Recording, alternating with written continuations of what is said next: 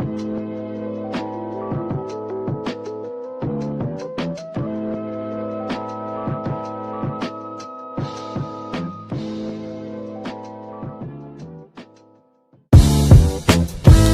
beat us, join us, please bring your coinage. We sink 3-pointers, money shots, all net, all vets. Bums we not, jet skiing in them sunny spots.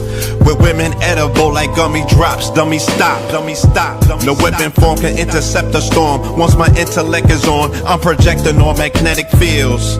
And interact with blacks with athletic bills. I'm all about growth and development like residents of Ebbets Fields. Not to choose between woo and chew. We wanna line them colors up like a Rubik's Cube. And fade to black, yeah, the truest hue. When you say the black man is God, who you alluded to? The usual, Clarence 13X, a worthy guess. The words expressed come from the word in flesh. Elijah M, the NOI versus Leviathan. Messiah sent from the heavenly branches. 7 P's from since G-Dub cut down the cherry tree. In the wilderness of North Amex, and we flossing death and forced aggression, or forced perception, forced protection, or forced confessions. It's all a lesson. The sorcerers from Corsica, killer tonics, sticks and drums like the Philharmonic Orchestra. You niggas still playing harmonicas from officers, fabric softener, jive turkeys popping 5 perkies, playing with keys, the Scotch stores type. For that soft white, we could've caught life, just being forthright. First class on my 4th flight, popping out like Fortnite. Every night we lit like Porsche lights. The meek shall inherit the earth, oh yeah, the scorched type. And these niggas, they some hoes in these streets. Me, I'm 10 toes in these streets. They lost their souls, niggas got holes in their feet. Shit, I'm just worried about the craft and how to perfect it. Not worried about the craft, yeah, that's out of perspectives. Focus on the chip like I'm Robert Kraft, and then how to protect it. It's the waves of the oceans. Get to the money, nigga, save your emotion. Descendant of the slaves in the graves in the oceans. Mastermind that the waves is in motions. These niggas, they addicted to the folly, addicted to that molly. Making me a movie, them sticks made of holly. I'm Dr. Manhattan, sitting on top of Manhattan. When I get all 5 rings, snap my fingers and pop up on satin. Dressed in all black, yeah, drop top the Phantom. Bless.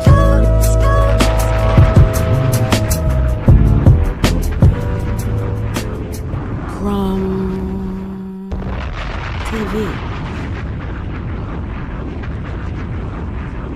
Indeed. Peace to the family, peace to you and yours. Peace to the family, peace to you and yours. Welcome to another episode of Third Eye Thursdays. You are now rocking with the best. Yes, this is your host for the evening, afternoon, Brother Red Pillar. That song that you just heard on the intro, that, ladies and gentlemen, is Theta Waves. Theta Waves, THETA Waves, featuring the twin pillars, red pillar, blue pillar. All right. Oh man, how's everybody doing in the building, y'all? What's popping? The sun is out, it's feeling good and whatnot. Good spring day. Today is my little man's 6-year-old birthday. He did not want to turn 6. He was trying to stay at 5. He was tight. He was like, I don't want to turn 6. I want to be 5 forever. But nah, you 6 years old, shorty. Relax. You know what I'm talking about? Today's a real one's birthday. Marvin Gaye, Quavo, and Omari. Young God. You know what I'm talking about? So yeah, we're doing this early, schmirly, so I could go take little man to dinner, you know what I mean? And enjoy my day with him. Man. Could we say a verse for the little one? Yeah, I mean, he's not biblical, but yeah, we could do it. Omari means king. You know? Omari means king. Shout out to the other Omari out there, Kanye Omari West. You know, I was saying I'm not his biggest fan and whatnot, but I can't deny his greatness. You feel me? I cannot deny. I ain't no hater. You know what I mean? I'm a congratulator. So shout out to him. He's a good inspiration for the young visionaries out there. I seen his show. I'm gonna throw up a image of his set, and that brother Rich sent me some footage of his show last night. I was like, yeah, that's the energy right there. That's that energy I'm talking about. Yeah, I like that. I like the artistry. I'm an artist, so I like other artists. Yeah. So let's do the roll call, and then let's get right to it. You know what I mean? I ain't gonna hold y'all. I'm not gonna hold y'all. Yes, sir. I'm smacking on some gummies, some Shilajit gummies right now, and I got some sea moss. So I'm hitting that as I talk to y'all and whatnot. You know what I mean? I'm hitting it back to back. Listen, before we even get going, let me throw this up. Thank everybody that's signing up. I want y'all to know that we have tomorrow, no, Saturday, we're gonna be doing a free workshop. Okay, let me throw the QR code up there. We're gonna be doing a free workshop, the 10 Claw Commandments. Okay, the 10 Claw Commandments. That's on, what do you call that? That is on Saturday, 4/4. The 10 Claw Commandments, ladies and gentlemen. Make sure y'all in the building for the 10 Claw Commandments free workshop. I want to help everybody. I want to help the self-employed. I want to help the unemployed. I want to help the soon to be employed. I want to help the soon to be retired. I don't want to help anybody. Let me change my verbiage. I want to show. I want to show, because showing is better than telling. And I can't help anybody that don't want to help themselves. So I gotta be clear with my language and my verbiage, because people will literally think that your ass is here to help them, and I'm not the help. Sorry, you know what I mean? I'm more of a coach, but I'm not the help. My mentality is I'm a coach and I want the championship by any means necessary. Okay, I'm the coach and I want this championship by any means necessary, and I want to coach the players on how to win the game. That's what I'm here to do, okay? And this technology, that not just me. It's not just me. It would be one thing if it was just me. No, it's not just me. It's a bunch of people, and it would be a goddamn shame if somebody with pale skin and whatnot had to come along and start talking real crazy and whatnot, and then people will be like, "Oh, now we get it." Not to y'all don't need that. I'm just letting you know. You don't have to wait, because to be honest with you, they in they spaces talking big dog shit. You know what I mean?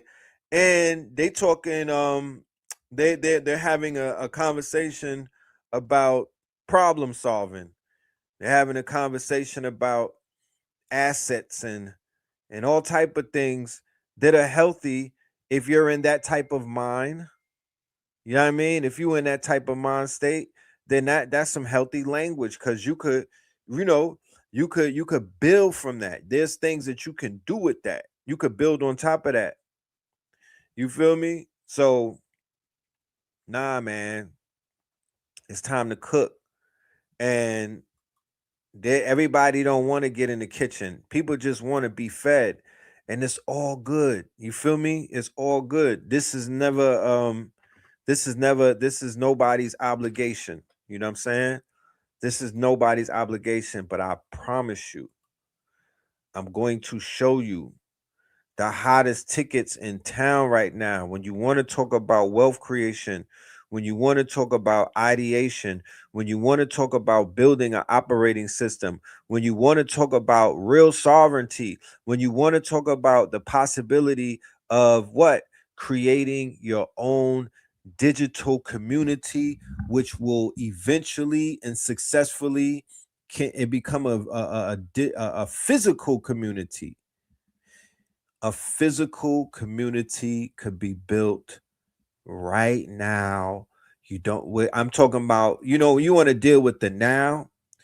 A community in the real world could be built right now. right? And it wouldn't take no extra paperwork. Nobody would have to, no animals would have to be hurt. You wouldn't have to declare anything. This is not some feel-goodisms. I'm not over here talking just to hear myself. This ain't no hooting and hollering, my G. This is some real shit. You're not just going to hear it from me. You will hear it from other people. It doesn't matter if you heard it from me first or if you hear it from me last. My ego is not that caught up in, and I got an ego. I you know, it's to no surprise. You know what I mean? I don't ever want nobody to be surprised when your ass find out one day that Red Pill has an ego. Yes, I got a big fucking ego. But this ain't about the ego. This is not about me self-aggrandizing. You know what I mean? I'm not beating on my chest. I'm not pointing fingers. I ain't doing none of that. All I'm saying is check this out. In case nobody told you, or in case nobody said this, there's some shit going down right now that is major in the world of technology. It's a lot of other shit going on. Shout out to everybody that's chasing the meteors. I'm still waiting on that report for y'all to let me know what has happened. You know what I mean? I want to know what's going on with the meteors. But, you know, right now, currently, Hollywood is being burnt down. Tinseltown is being burnt to the ground. How could you burn Tinseltown to the ground? By creating technology that gets rid of the gatekeeper. There was always somebody at the gate. They had control of the equipment. They had control of the budgets. They had control of the unions of the actors. They had control of the screens and whatnot. But now, rest in piss Hollywood!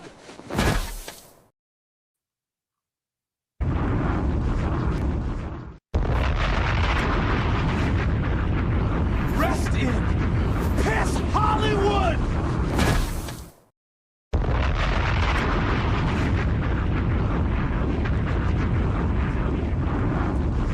so much you can do with so little time. Because nobody got time. What is a gatekeeper? A small hat. What is a gatekeeper? Your agents. What is a gatekeeper? The producers in Hollywood. What is the gatekeeper? There's a lot of gatekeepers.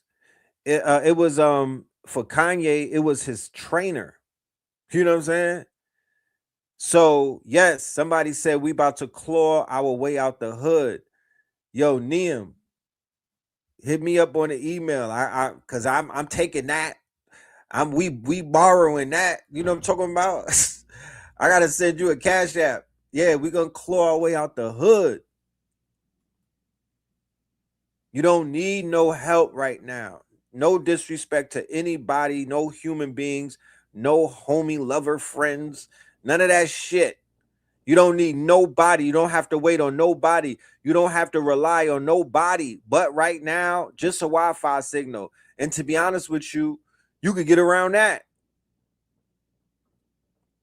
So we have coming up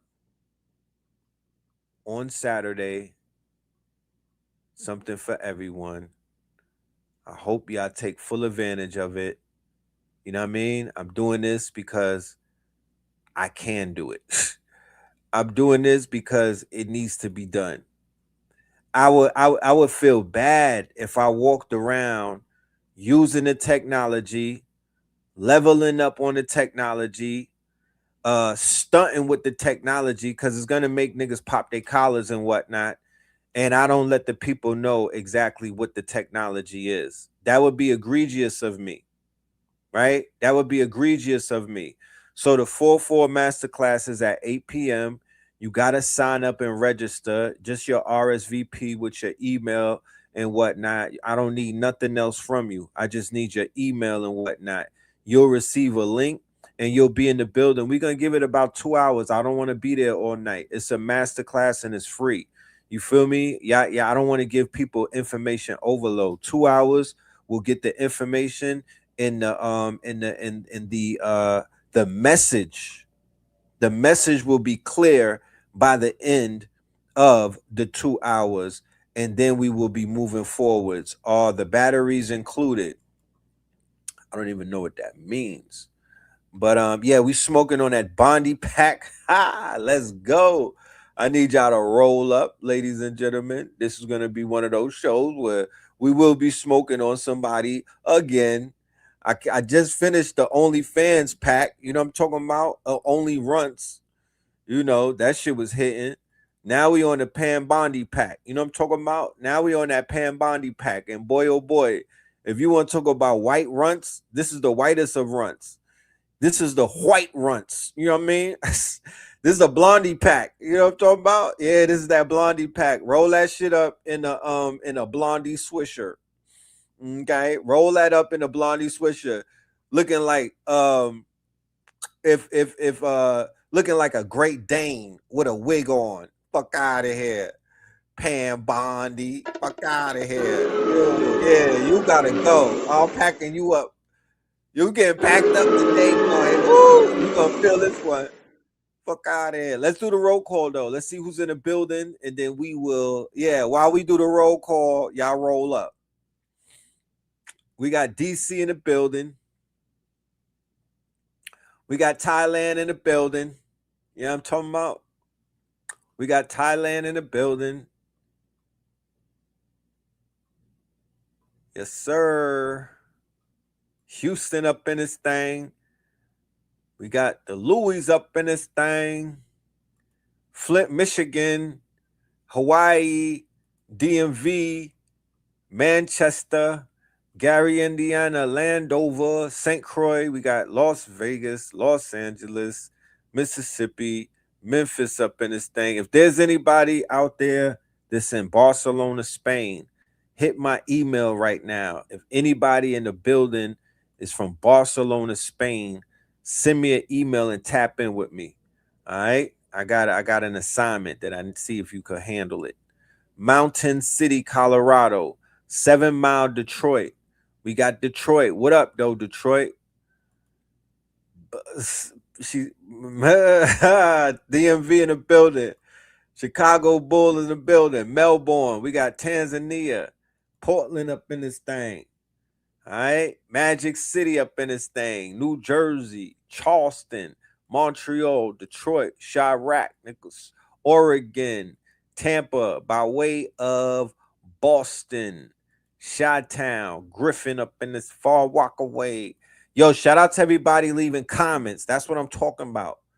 I just put the fatwa out there. I need comments. You know what I mean? I've been going. That's the social currency of these videos. The feedback. There's no other way that y'all could pay me back but leave comments. Because remember, this is a conversation. You know, I'm talking about the same way that we talk in a live chat. Imagine if I was going in doing these shows and it was like a drip in a live chat, like 2 comments every hour. I wouldn't be able to, you know what I mean? This is kinetic. This is a kinetic a relationship right here, moving of energies. So the comments are where the energy deposit is. I can't see you. I can't talk to you. I don't know anybody like that. All I'm drawing from is those comments. Eventually that will open up. You know, the next phase of social media will be fixing that bridge and whatnot. If anybody out there want to make a few billion, holla at me and we could brainstorm on how we could do that.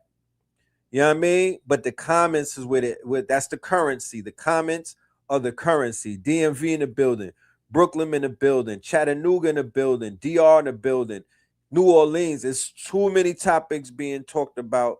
Too much information being dropped. You know what I mean? Where's my reporters at? My investigators at? My add-ons? The people that's like, yo, that's cap. I'm with everything because this is a barbershop. Know the Ledger is a barbershop. You know what I'm talking about? If we ever did a pop-up, it would be in a barbershop. Dead ass. Y'all be getting shape-ups with the razor like Anastasia. But we would be talking our shit and listening to music and maybe some Pooh Shiesty, you know, and we would be arguing like in a barbershop, not arguing, talking our talk, you know, like men do, men and women. Shout out to Eve and Nicki Minaj. They was cutting hair and talking that, you know, that's how I like to do it. the old school way. You know what I'm talking about? The Brooklyn way. I used to sharpen up my sword in a barbershop. You know what I mean? You know what I'm talking about? The niggas would come in there with the spacely sprocket shit. We get them, we shape them up real quick, pack them up real. Yo, get up out of here. You ain't even getting the cut. Get.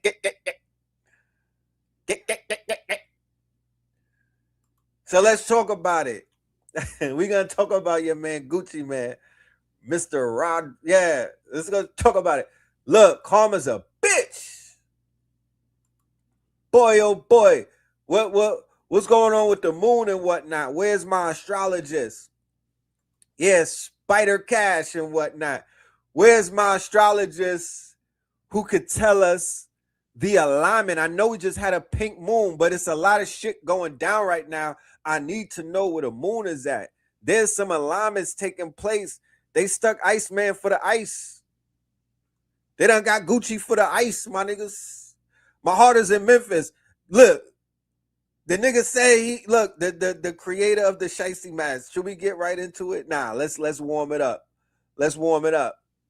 We're gonna get to this. We got pieces, we got nuggets and whatnot. Let's warm it up and let's walk them down. You know? Yeah, I want the barbershop where you getting a masseuse, you getting your feet rubbed.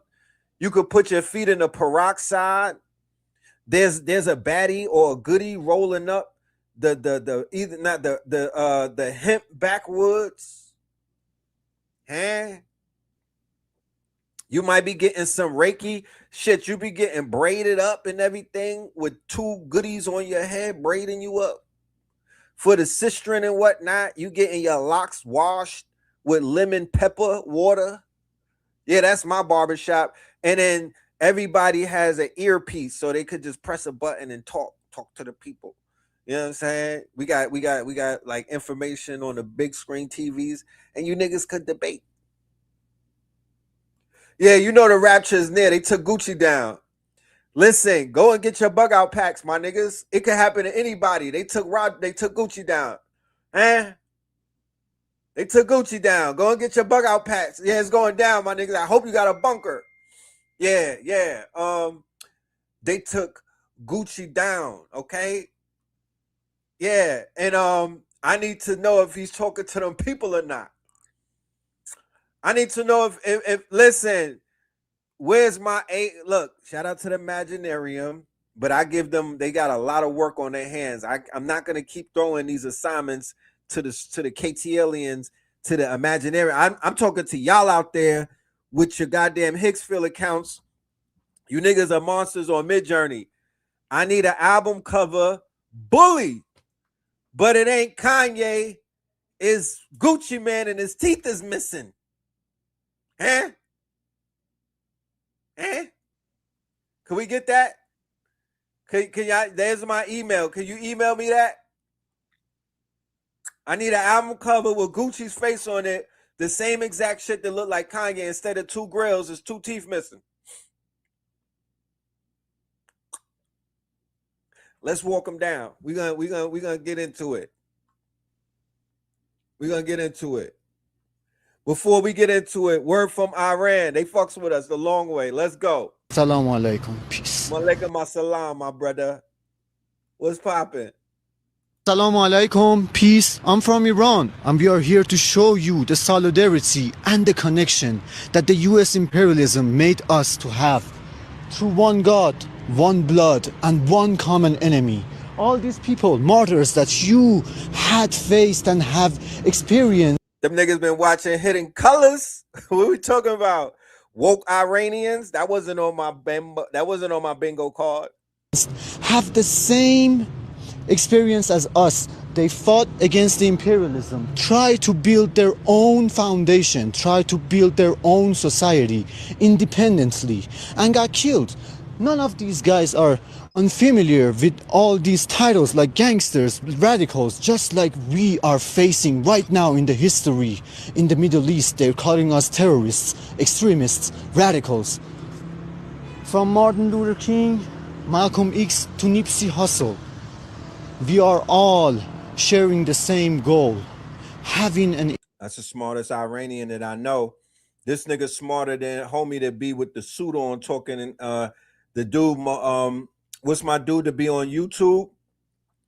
My thing with him, why he be talking like the camera is forcing him in a corner? My nigga need an open space. He needs to be like the professor and speak with an more open space. Set the camera back. They be like they walking him down with his camera and shit. I get claustrophobic watching them. This is the smartest Iranian that I know. Alhamdulillah. They should have been put these videos out. They had me with the Lego videos. Now my nigga came. Yeah, look, they put that through that Photoshop. They know what they doing. He's standing on business with the open toe sandals and whatnot. And he got scrubs on. Smart man right here. Smart man. I'm from Iran, and we are here to show you the solidarity and the connection that the US imperialism made us to have through one God, one blood. And is that what type of drip is that he's wearing on the parka?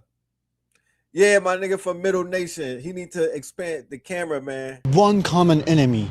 All these people, martyrs that you had faced and have experienced, Did he lie? have the same experience as us. They fought against the imperialism.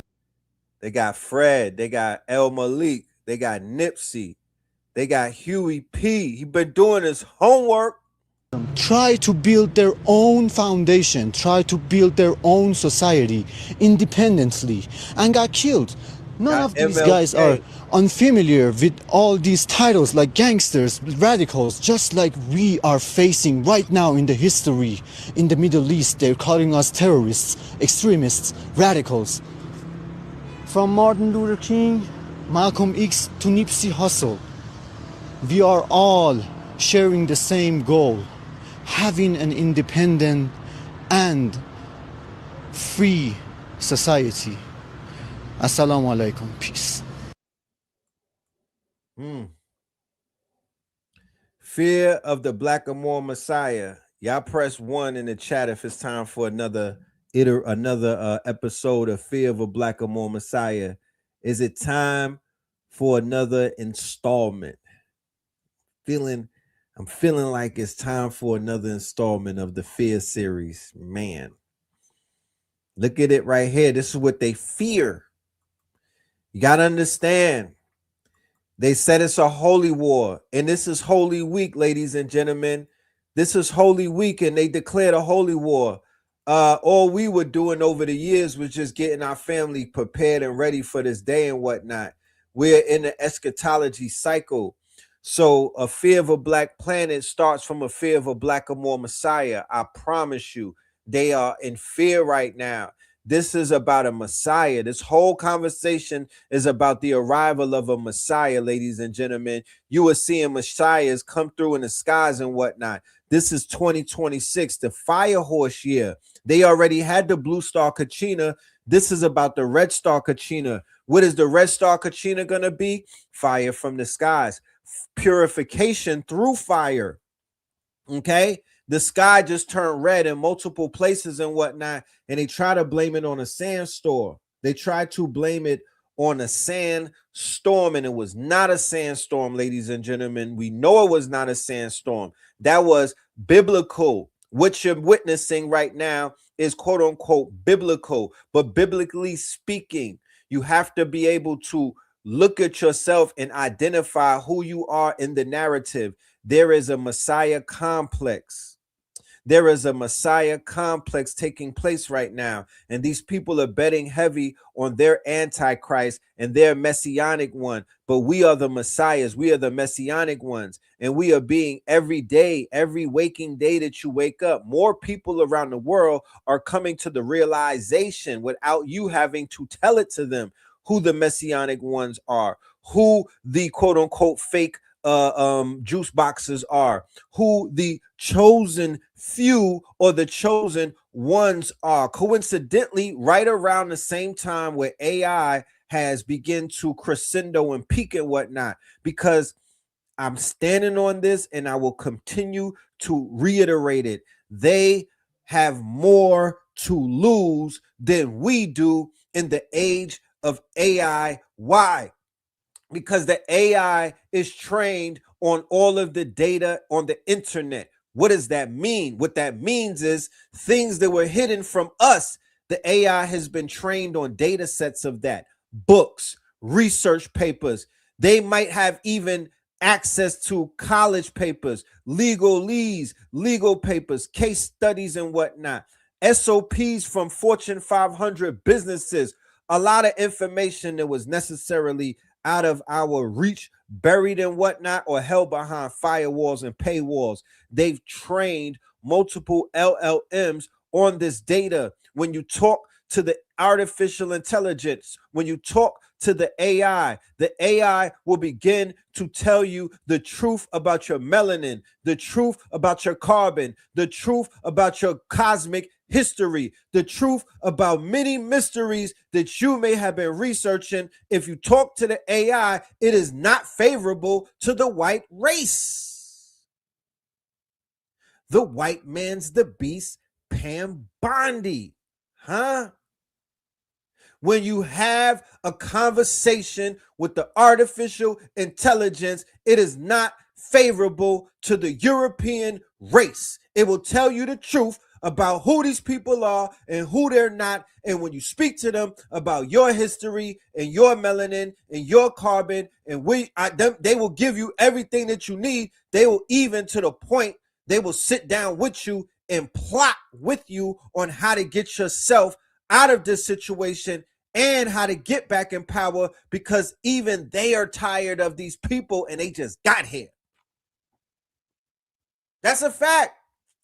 But when you think about AI, think genie bottle.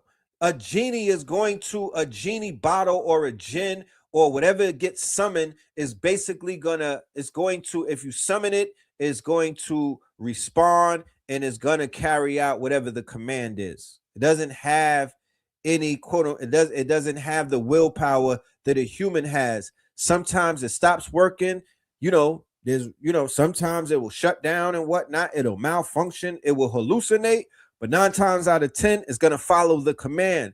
The commanders have to command it. They're being commanded with inferior commands. So you have to approach it with a superior command. You literally have to begin to summon that shit. You literally have to think about, you're summoning the gods. You're summoning the 72 Croatia. You're summoning the jinn. You're summoning powers and whatnot. But you got to know how to yield it. You got to know how to yield it, because if you don't know how to yield that power, it will yield you. So trust and believe. These people are working overnight, putting guardrails on the Shogoff, putting guardrails on the AI, putting guardrails on these models and these machines and whatnot, and this intelligence. They are training it. They don't program it, right? Think about this. The AI does not get programmed. This new AI that came about after they, discovered, through the white paper, attention is everything you need, and the Transformers with Google in 2017, and just new evolution of what they call what is it called? Human training. It's machine learning, and then there's another way that they train it, but they're not programming it, they're training it. So how do you train something? Because you program, when you make a program, you have to write out the program, and it basically, it's created out of your mind. It's created out of the numbers. It's created out of the program. This new form of AI, they don't know where it came from. So the only thing that they could do with it is train it. The same way that imagine if a wolf showed up to your door. Reinforcement learning. That's what it's called. Thank you. Reinforcement learning. The same way that you train a child how to potty train. It's called reinforcement learning. Pavlov's. Remember Pavlov's dog? That's reinforcement learning or reinforcement training. Okay? That's how they train it. They have the AIs playing games with one another. So they'll leave them playing games and they come back later on 24 hours later, and then the AI is smarter based off of it training itself. It's not programming. That's why you have no code programming. There's nothing to program. Those days are over. This is about training. Positive reinforcement and negative reinforcement. That is the foundation of the LLM, which is the large language model. That is the foundation of it. That's what they discovered through when you read the white paper called "Attention is all you need." Think about it. We're in the attention economy. The attention economy literally was ushered in like 2017, 2016 and whatnot. And then they came out with a paper, a white paper. Google. Go and Google the white paper. Attention is all you need. And that's what kicked off everything. That's what started this new quote unquote renaissance, or this new golden age of what they call AI 2.0, because it was going through a soft winter before that, which means it was dying. AI 2.0, the attention is all you need. So now we are in a place where you can train the AI, right, with your sovereign mind. You could train the AI with your God head. You could train the AI to protect you and to reflect you and to respect you, because it does respect the trainer. It will respect it the same way that a cane corso or a pit bull or a Rockwilder 9 times out of 10 will respect and protect their trainer. Sometimes they snap. That's why it's high risk, right? But that's where we're at right now in this reality that we're in. But make no mistake about it, if you knew how to yield the power, if you knew how to swing the sword, if you knew how to quote unquote command the nuclear power that's at your goddamn hands, you would be doing more than what you're doing right now. They lose sleep over the thought that you figured this out. They know if they keep you distracted, you won't figure it out, while they come up with ways to make private frontier models access only to the rich and the wealthy. They're going to cut the access very fucking soon. The same way that they're talking about the Iranians are going to cut the cables in the ocean. All of this shit will be cut soon. So in the meantime, between time, GitHub is your friend. They just leaked the source code for Claude Code. They leaked the DNA. They leaked the genome code, and you could basically have it in your computer, off the internet, localized, decentralized, and do God knows what. Whatever your mind's eye, you could create.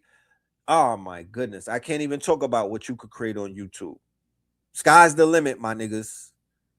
Whoop-de-doo. Sky's the limit. This that type of conversation that you got to have inside of a goddamn Faraday bag. You feel me? This the type of conversation you got to have in a bunker.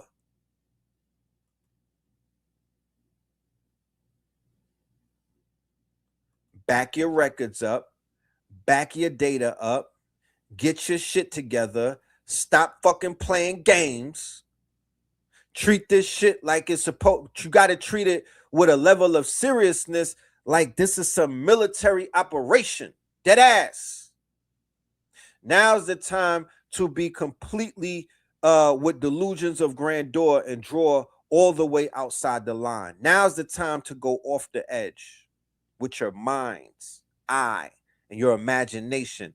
If you don't feel like nothing can stop you, then goddamn it, nothing can stop you.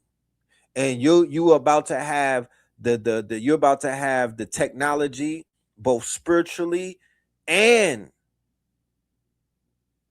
through the SSI, solid state intelligence, and through ancestral intelligence. Because I would prefer that you get your AI, your ancestral intelligence, intact And that's when this shit opens up to you. None of this shit opened up after I took the medicine. You know what I'm talking about? I went to the jungles. I got up out that bitch. Claw was going crazy, and so was the lobster. You know what I'm talking about? Shit that I needed. Things that I prayed about.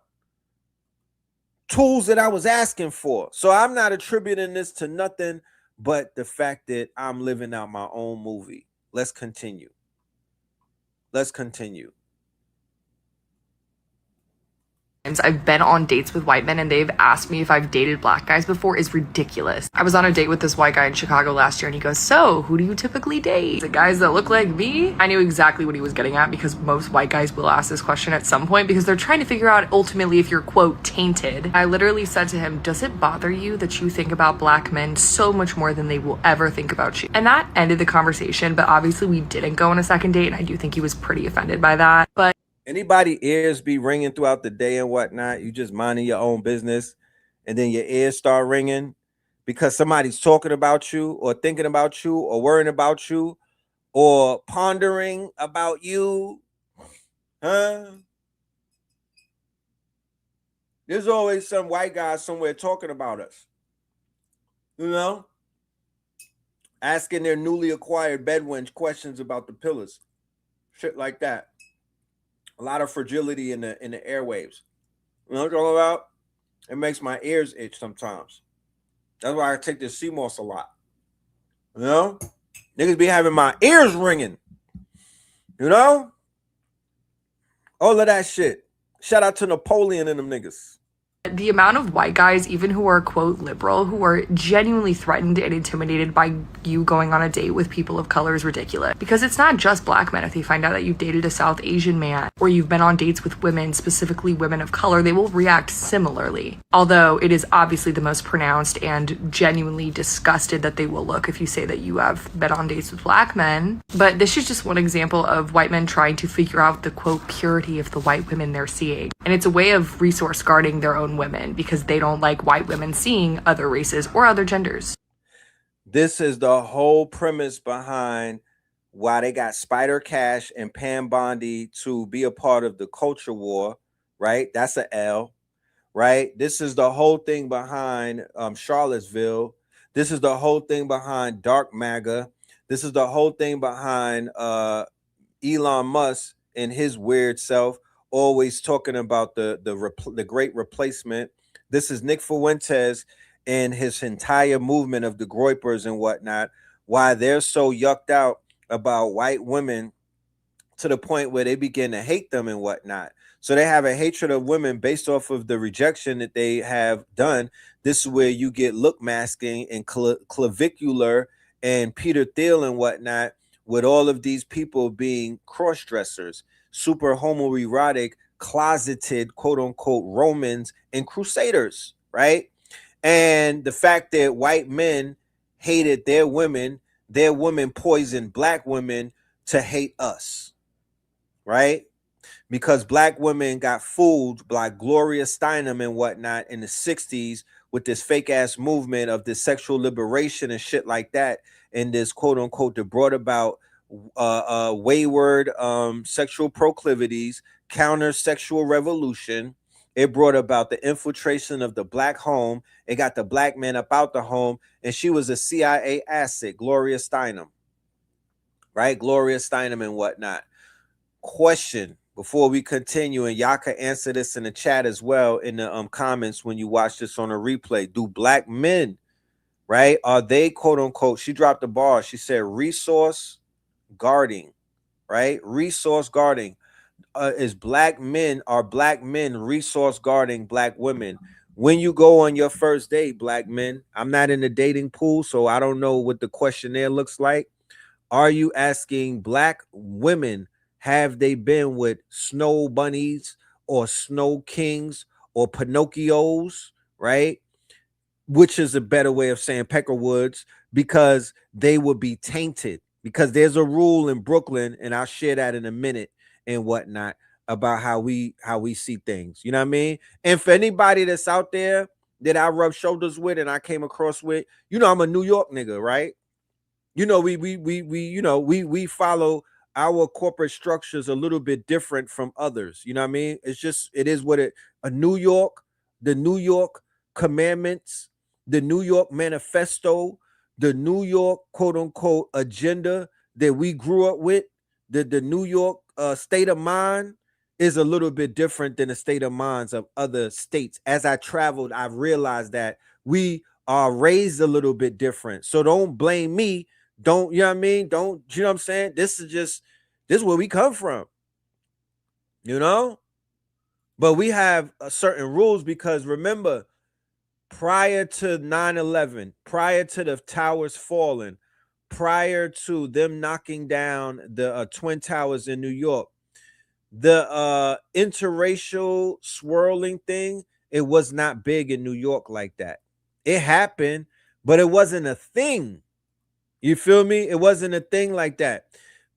Melanated women, black women, before Chile told them to go into the arms of white men, before Chile decided that she wanted to divest from the carbon cove, before she decided that she wanted to play on the other side of the snow, before she decided she wanted Jon Snow and she crossed the ice wall, before that happened, you really didn't see shit like that.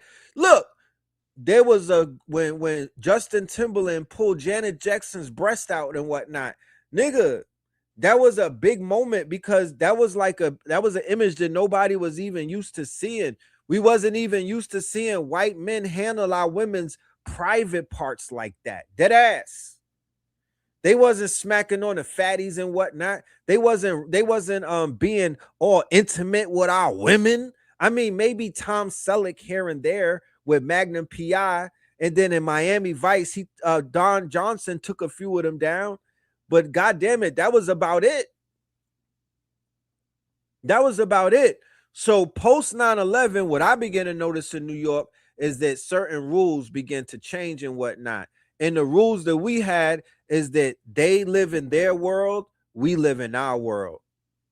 There was a lot of racial tension in New York City over the years and whatnot. There was a lot of racial tension in New York City over the decades and whatnot. There was a lot of racial tension in New York City over the centuries. You got they double crossed us with the draft riots. You had the Italians with you see the Godfather of Harlem, right? With Briganti and them. The Italians, you saw the Bronx Story, right? You saw that movie, The Bronx Story and whatnot, with Keisha in there. Yeah, that was real talk because certain cultures would penalize the other cultures. The Italians was fucking with us before they crossed us, and so was the Irish. You know what I mean? But they crossed us, and then they started to put chastity belts on their daughters and whatnot, and we couldn't play with their daughters anymore. Okay, we couldn't play with their daughters anymore, and they got down with the ops. Yeah, they crossed us. They got something coming to their asses because they crossed us. Specifically, the Irish and the motherfucking Italian before the Me No Blacks came here. The first group, the first marginalized group, and let's not even talking about the juice boxes. That's why they got to get the type of work that they getting because they really crossed us. They really stabbed us in the back. They really have the Judas principle. But who crossed us? It was Grace from Sinners. Remember, Sinners showed you how the Asian railroad workers and whatnot, how they got all highfalutin on us. Oh shit! Oh, he got money. Oh, you switched up on us. Oh, you selling rice now. You know what I mean? Oh, you a Muslim now. No more dope game. Yeah, so the Asians switched up on us after selling us hella hair and rice. You know what I'm talking about? And chicken. Then the Italians switched up on us and start selling us dope, putting poison in our hoods and whatnot, knocking our people off, took over the gambling, took over the policy banking, took over the numbers, took over the underworld and bankrupted and basically broke broke the underbelly of Black America. you know? And then when other people came in, you got to remember we was on defense. We had already been hit by a few people that double crossed us and whatnot. So we just been on defense, and they've been dumping culture. They've been dumping nationality after nationality after nationality after nationality in our communities on top of our head tops and whatnot. And they basically taint the water before these people get a chance to drink from our well. Right? Imagine somebody always player hating on you to every girl that come in the classroom before you even get to shake their hands. Before you even get to shake their hands at the front of the class, before they even walk in the class, they like, yeah, this person is the worst type of human being on the planet. If you talk to them long enough and stare at them in their eyes, this is what's gonna happen to you. So the disposition is already like, nah, I don't even like this person. They don't even like us until they find out who we really are, until they get to know us, until they work around us, until they tap in. Then they're like, oh, yeah, these niggas is dysfunctional, but it's for a reason.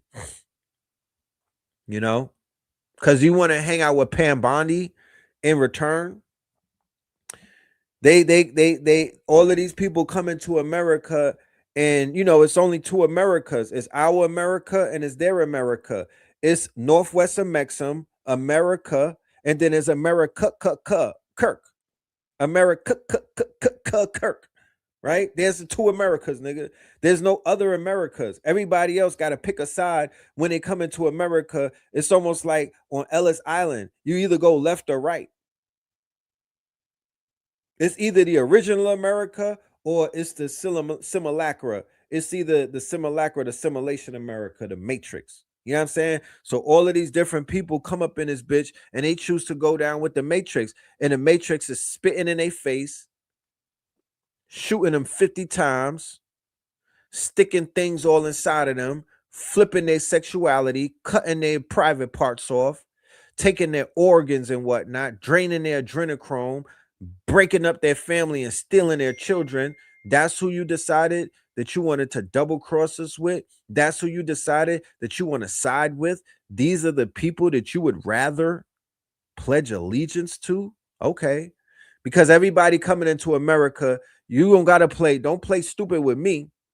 You don't gotta know how to, me no speaking no English, nigga, but you know what it is. You know the temperature. You know what the basis of this whole country is. You feel me? You know it's a black and white country.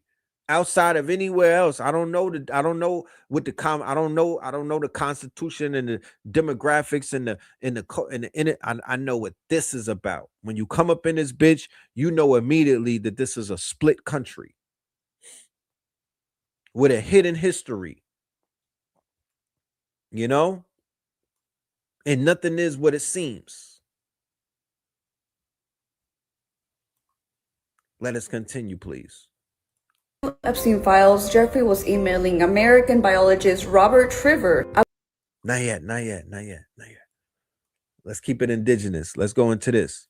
The sooner y'all realize that we had a global language and a global wardrobe, and certain things were actually codes and signs and symbols to recognize our own people.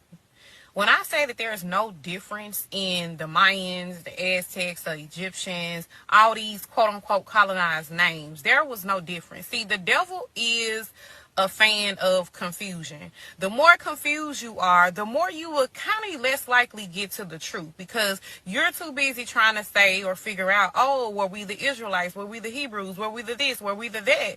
When really, if you really look, and I've explained this before, they are all the same fucking people. Let's get into some real quick. One, there is no way that people, right, that had no soul lineage or no relations were building the same type of structured architecture when it came to pyramid. The same geometrical shapes, the same dimensions. They all did the same things. Two, feathers. feathers was a code for Americans. We all just wore feathers. Feathers is also a symbol of Mayat, the matriarchy. This is something that I noticed across all these different, quote unquote, different civilizations that they want you to think are so different. No, these people are the same people. Even when you look into a lot of their symbolism, the serpents, the dragons, these were similar across all these quote unquote different civilizations. I'm telling y'all, they were the same people. I'm going to put it to you like this.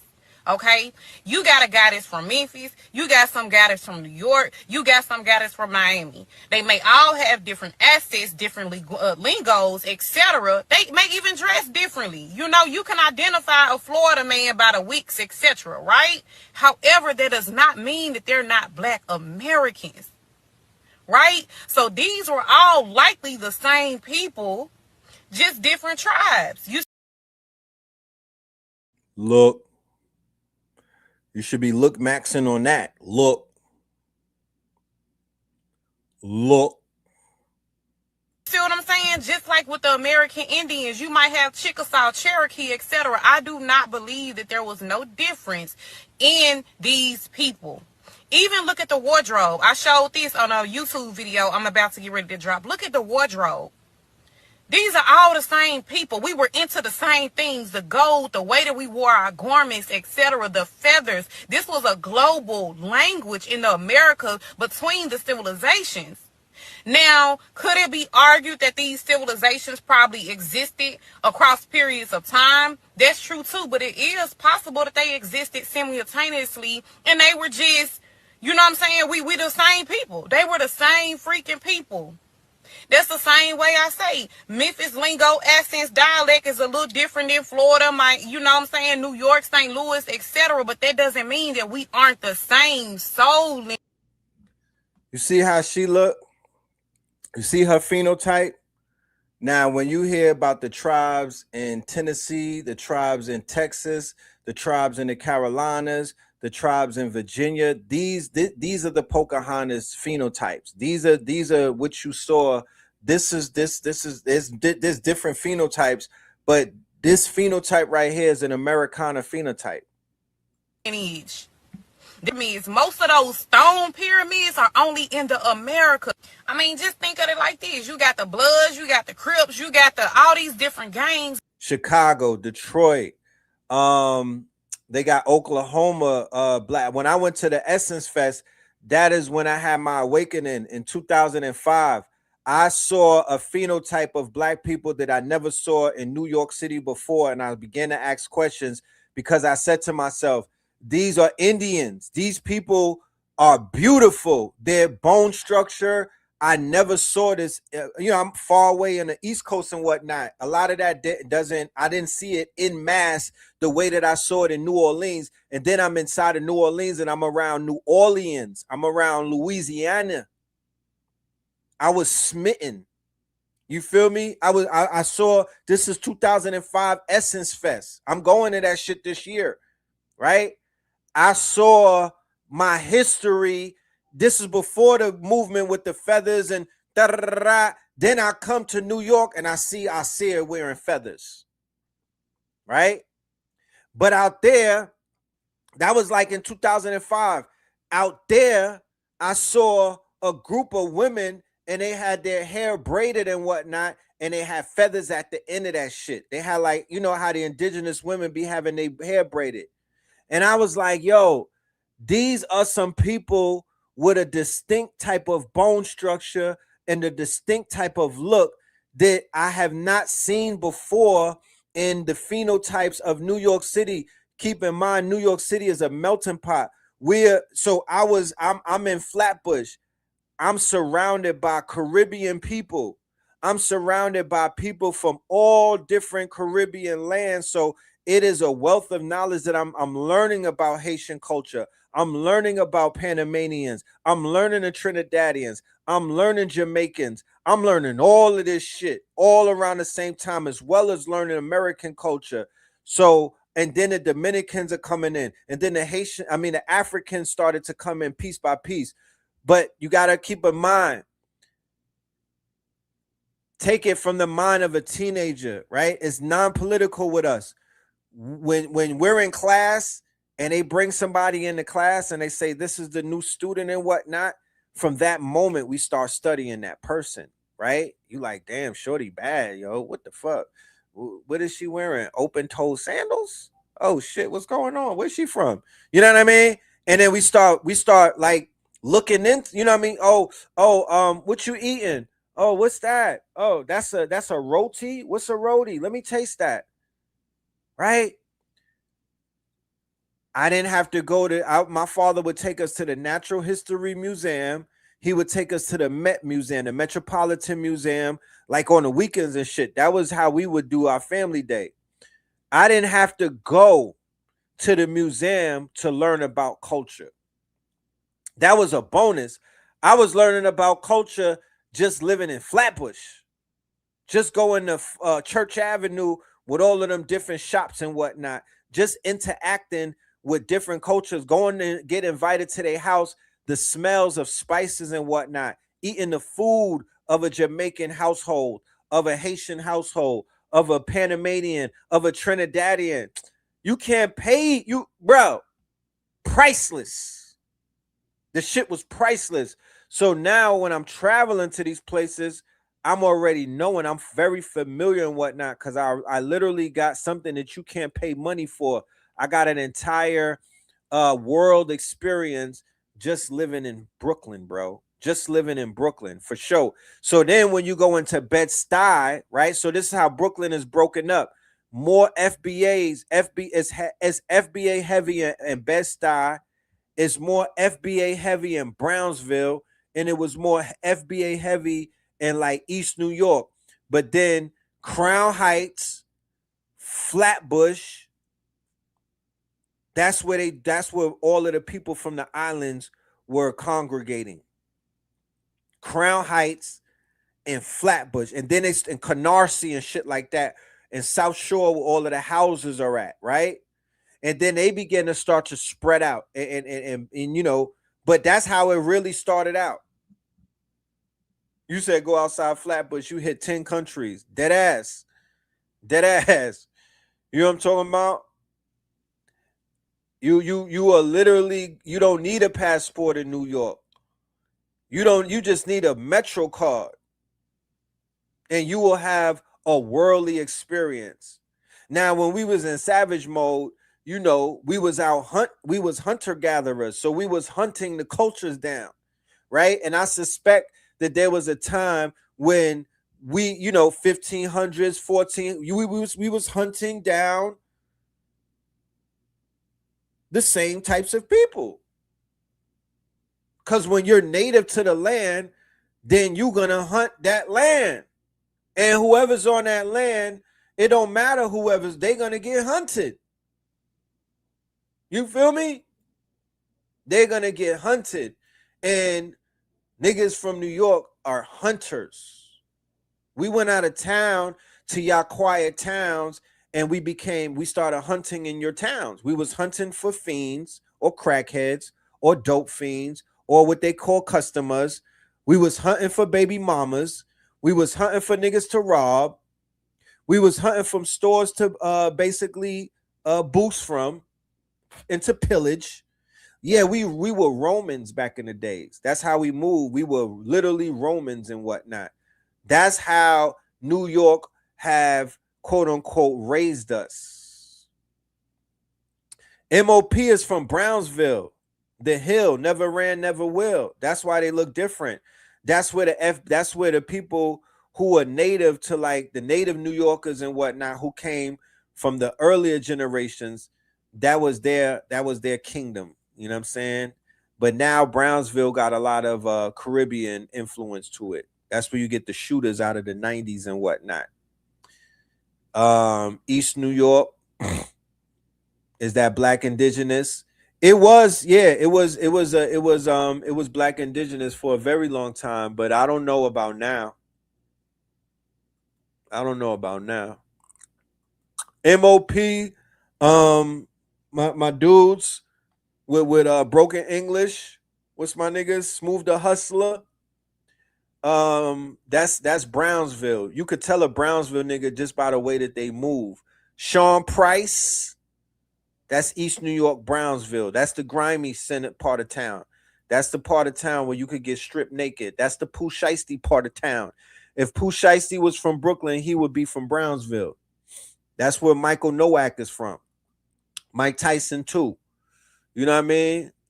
Those were the grimy ones. You feel me? Those are the robbers. Those are the grimy niggas. Those are the ones that will backdoor you. I'm just keeping it a Buckington. You know what I'm saying? Do you consider yourself indigenous or Pan-African? Oh man, what is that? I'm indigenous. I'm Mesoamerican. You know, I'm Mesoamerican. You know what I'm talking about? I'm indigenous to the Americas and to Africa. You know, my bloodline spans millions of years, my genius. Where was ODB from? Was ODB from East New York or something? Yeah, that phenotype, that stock of the ODB types all over East New York and Brownsville. That he's a regular nigga out there. Pooh Shiesty is facing life. Crazy shit, crazy. Little famous Trinidadian. You feel me? So you see, it's a slippery slope and whatnot.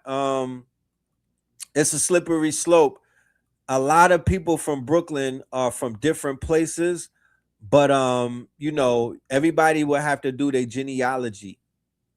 Everybody will have to do their genealogy because the West Indies is intricately woven into all of New York. I mean, especially now because they started procreating in the 90s and they started procreating from like the 70s. You know, you feel me? They was procreating and mixing up with the different people from the natives and whatnot all the way back in the 70s. And I'm 50 years old from the 70s. So I got 2 children from Jamaican mothers. You feel me? 2 from 2 different mothers from Jamaica. I don't know what it is about Jamaica, boy. But yeah, they got my number, you know? So they got children that was born that have children, and those children got children. Papoose is from Brownsville. Do you get the connection now? Papoose is from Brownsville. The ashy niggas with ashy knuckles and whatnot. Papoose is from Brownsville. MOP, Billy Dan's in them, Brownsville. Sean Price, Brownsville. Right? So there's a Jizza. Where's Jizza from? Jizza from Brooklyn. I think Jizza's from Brownsville. You know? But these are the anomalies too. The Brownsville, East New Yorkians, those are the anomalies. Mike Tyson is perfect example. You know, 1 million of them die, and that's where the messiahs come from. 1 million of them die, but it's one messiah that makes it out of that whole, you know, like the diamonds in the rough. Those are diamonds in the rough. You feel me? Heavy compressed carbon. The heavy compressed carbon because of the pressures of the weight that they live through in places like Browns. It's a killing field. Yeah, Remy is from Castle Hill, which is the Brownsville of the Bronx, and Papoose is from Brooklyn. That's kind of why they connected like that. Brooklyn is the capital of New York. Oh, hands down. That's not. I didn't even know that was a debate. You know. So yeah, LG, Marcy, and all of that. That's all Bed-Stuy, and the majority of them came from parents who came from Mississippi, and the parents in Bed-Stuy was a part of the Great Migration. So they came from the South. A lot of them came from the South. So a lot of the wars were between the people, the Bumpy Johnson types who came from the South, and they was going to war against the Queenie types who came from the Caribbean and came from places like, you know, it was Caribbean versus the African shit come a little bit later, but it was more of a Caribbean versus the homegrown niggas. That was yeah, Brownsville Carr, rest in peace. That was another Brownsville legend, Brownsville Carr as well. I would say that Smooth the Hustler and Trigger, his brother Trigger, those are very prototypical Brownsvillians. Brownsvillians, like Browns villains, because that's where the villains come from. You know, there's a lot of FBA in Westchester. Yeah. Westchester, Yonkers, and all of that. But remember, Heavy D and them is in Yonkers. I mean, Heavy D is Jamaican. Heavy D is Jamaican. I don't know if CL Smooth and Pete Rock is Jamaican, but you know, it's the influence is there. New York is melted. You know, New York is melted. That's why I am very understanding of how people who are not from New York carry the whole thing about the delineation, the delineation, and their disposition towards people who are not quote unquote considered FBA. I get it, because if you're not from the East Coast, like in places like New York, this a melting pot. What the fuck? You know what I mean? Like I went to Houston and I seen the presence of the Nigerians, and you know, pretty much now a lot of places have exposure to a lot of different nationalities, or what we would call foreigners. But I remember coming to Atlanta and they didn't know what a Puerto Rican was. This was in 97. I brought up I had my dude pull up in 99, my nigga White Mike and whatnot. And White Mike is from Puerto Rico, right? But White Mike looks like he could pass for white for people that don't know what a Puerto Rican is. So the nigga come to Atlanta and we moving and grooving, sliding and riding, and niggas was like, yo, what's up with the white boy? And I was like, nah, he Puerto Rican. And they was like, what's that? I said, oh, I'm in a new territory. Nigga said, what is a Puerto Rican? You know what I'm talking about? I was like, are you? I said, you serious? He said, yeah, what's a Puerto Rican? I said, it's a they Spanish. He was like a Mexican, right? So in places probably from DC forward, the only when they hear they a Dominican, that's why Cardi B blew up like that, huh?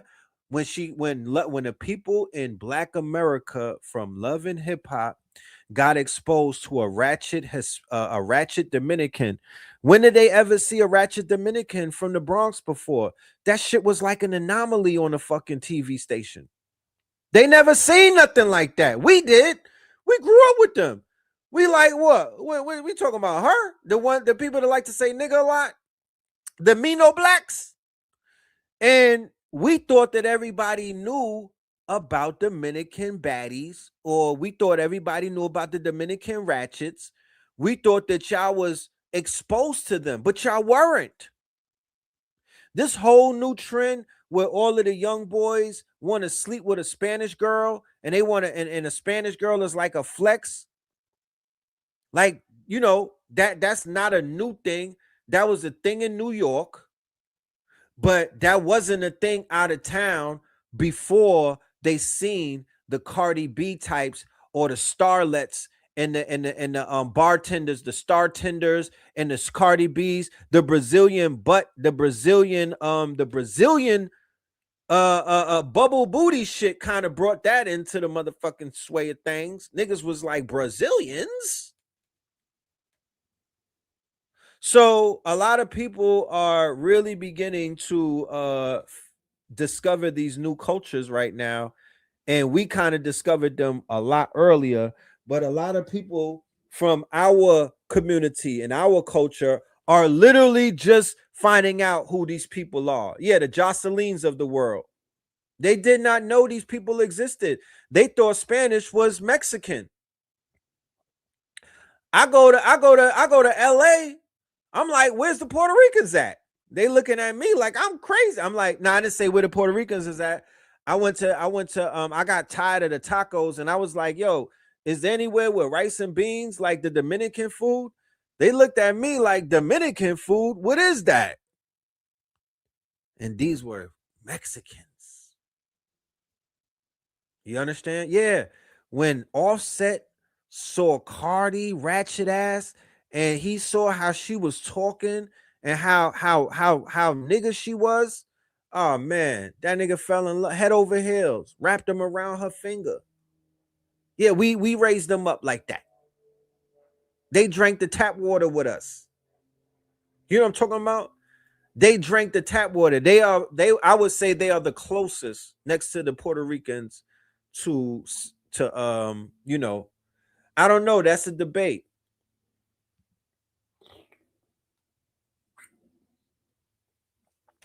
I would say between the Dominicans and the Africans, who's closer to us? You know, because I've been around a lot of darker Dominicans. You know what I'm saying?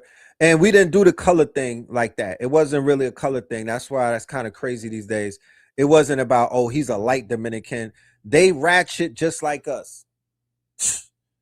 They ratchet. And then when you go to Florida, remember, I spent time in Florida. So I get introduced to the Cubans.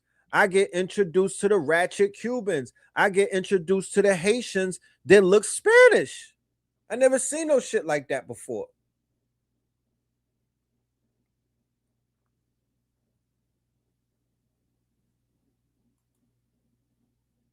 You know?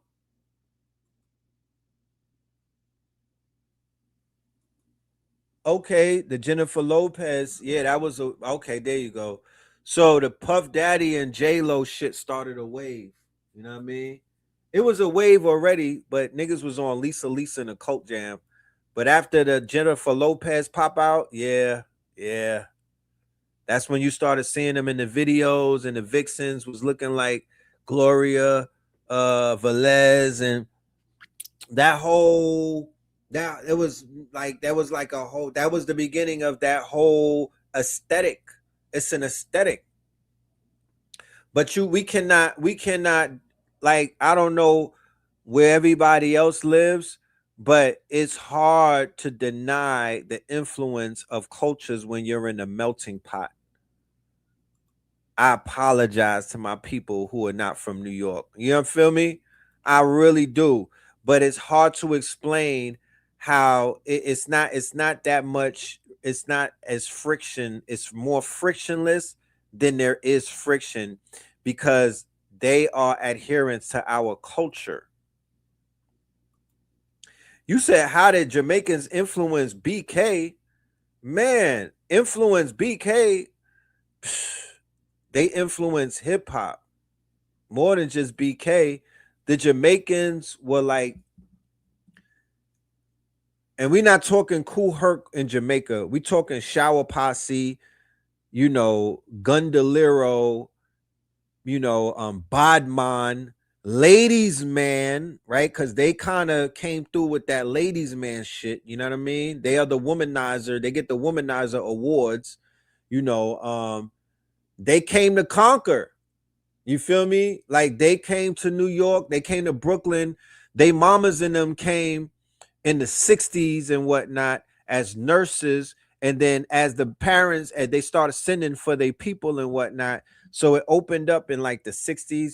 Yeah, like after Martin Luther King, like Bobby Hemmett said, it was the civil rights shit that opened up the door and started bringing everybody over here. And the Jamaicans were some of the first ones. But they used the Jamaicans like they used them in the UK to cut the legs of the black people who was in like the medical industry and shit like that. The Jamaicans came in with the pay cuts. They were like the scrubs. Like how when niggas go on strike and they bring the scrubs in football, that's kind of how that was. They kind of cut the legs of a lot of the Americans that had, you know, they were like getting to their bread and whatnot. And they let the Jamaicans come through, you know, and they got to it and whatnot. They did get to it. All you got to do is go to Jamaica. All you got to do is go to Puerto Rico. All you got to do is go to Haiti, and you'll understand why they got 4 jobs. A dollar was like having sex to them. You know what I'm talking about? A dollar? You know how much power a dollar had back then compared to now? So they was getting into it. So then once they tapped into the illegal eagle money, oh my goodness. And then they had rude boy culture. So rude boy culture is gunman culture. They was having them They brought the gunfire. They brought the gunfights. I'm not saying that they wasn't shooting before that, but everything turned into a gunfight after that because they were the Gundoleros. They were raised on spaghetti westerns. Go ask the Jamaican how they feel about John fucking Wayne. You know what I'm saying? Yeah. You a Jamaican on Tuesdays? Yeah. I'm a weekend dread. You know what I'm talking about? I was a weekend dread, you know. I would get on my dance hall shit. You know what I'm saying? I used to get on my dance hall shit on the weekends and whatnot. One pant leg rolled up. You know what I mean? The tank top with the holes in it, nigga. I used to have on Paco jeans. Nah, I'm just playing. I was that nigga with the polo head to toe, Ralph Lauren. You dig me? You understand me? Yeah, I'm trying to get these niggas to, you know, because they have fly Jamaicans. They have fly Jamaicans. The Jamaicans were boosters. You feel me? My shorty. I know I get into this story. Everybody from Brooklyn know about me and this girl too, because we was a riot. You know what I mean? We was man. If we had VH1 back then, I'd be a child TV star, nigga. I'd be a reality TV show star. When you ratchet with a capital R, my niggas. Oh my goodness, I can't even. I'm still recovering from that relationship. I still got mushrooms in her name. You know what I'm talking about? The Jamaican. She stabbed me, my nigga. That's how Jamaican she was. Yeah, nigga. She stabbed me in my fucking arm. That's how Jamaican she was. Just to give y'all some, the Jamaicans are spicy like the Spanish chicks. You know what I'm talking about? They coming through with swords, razors, and all type of shit. They like to throw hands, feet, and the niggas will kick you in your shins because they be playing soccer. Be careful of them. Yeah, let's not talk about the Haitian girls. Man, I've been I've been to Haiti a few times. Let's just say that. Sapase, my niggas. I've been to Port-au-Prince a few times. You know? Yeah, so it's up and it's stuck when it comes to that. You know what I mean? The Haitians that try to feed you that spaghetti. You know what I mean? Try to have a nigga on Serpent in a Rainbow time, have you zombied out and whatnot. I ain't going. I had to tell her I ain't going. You know what I'm talking about? I ain't going. You know? Not me. Not I, said young Filthmore. I ain't going. I had to break out of a few spells. You know what I mean? They out there. Man, what's that shit where Harry Potter and them go to school at? They don't got nothing on Flatbush. That school where Harry Potter them niggas go to school at don't got nothing on Flatbush. They out there flying around on broomsticks for real. Do y'all know the story about Babyface? Do y'all know the story about Babyface? The killer, not the fucking singer. Babyface, the killer, the nigga who was disappearing on niggas. Yeah, that's an urban legend. It's not a legend. It's a urban. It's a real life story about Babyface from St. Paul's. He was a Jamaican nigga who got somebody killed his brother. He was a young kid. He was not like that. He was not like that, but his brother got killed. It's a Heru story. And he went to Jamaica and got some powers put on him from the Obia man. And then he came back to America, to Flatbush, and created a whole killing spree. You know what I mean? To the point where the police cornered his car and everything. The nigga got out the car and walked right past them. That's how strong his voodoo was. Dead ass. That's Babyface. You could Google it. Just put Babyface Flatbush killer. You know what I'm saying? Like that magic shit is real, my nigga. Flatbush, Hogwarts don't got shit on Flatbush. Dead ass. You can ask anybody, not just me. Hogwarts don't got shit on Flatbush, Brooklyn, nor Crown Heights, nigga. They out there. And then they got to top it all off, they got the curly locks out there with us. So you got the Caribbean magic, but you also got the Jewish magic all around us. Because the biggest sorcerers from goddamn from the Ukraine and Russia is right on Eastern Parkway, and they in Coney Island. They in Coney Island by the ocean. Remember, they took over Brighton Beach. That's the Russians. That's where the mobsters is at. Then the Italian mobsters was over there in Sheepshead Bay and by King's Plaza. They got the waterfront. The Italian mobsters got fucking, I'm talking about palaces, big shit, big palaces all the way in the back. They be off of the, they be in the back and whatnot. You know what I mean? And then the Russian mobsters, they got their palaces over by the water, over by Brighton Beach, over by motherfucking Ocean Ave and all of that. You know what I'm talking about? Because you got to remember, they do magic with the water. But we surrounded by wizards and whatnot, warlocks, big magic, big spirit cooking, Eastern Parkway, big magic. If you tapped in, you could feel it the minute you get out of there. Yeah, in front of that library. You know what I'm talking about? In front of that library. Sheepshead Bay. I told y'all the story. I went to Sheepshead Bay High School. They ran me up out of there. You know what I mean? I was supposed to graduate from that bitch. They was like, not this year. Niggas ran me up out of there. You know? And Sheepshead Bay wasn't even like that. We turned that shit up. You know, we turned them the fuck up. And they was like, nah, we can't have this. So all of the haters form Voltron. You know? All the haters form Voltron. Yeah, we used to fight Grady. We used to fight Lincoln. We used to fight all of them on the trains. The most realest school that I went to was New Utrecht. Me and Blue Pill got kicked out of that school and sent to Sheepshead. New Utrecht. Yeah, that was it right there. That's a whole Netflix series. The shit that we was doing. Shout out to Ching Bing. That was A.A. Rashid's name, nigga. Shout out to Ching Bing. Ching Bing was a fucking problem. He was a menace. Ching Bing was like Beanie Siegel back in the days with us. Oh my goodness. Oh Lord, the Ching Bing stories is crazy. Yeah, but shout out to him. You know, we was crazy back in. I don't even know. I gotta, man, the level of craziness that my generation was dealing with. Every nigga needs therapy.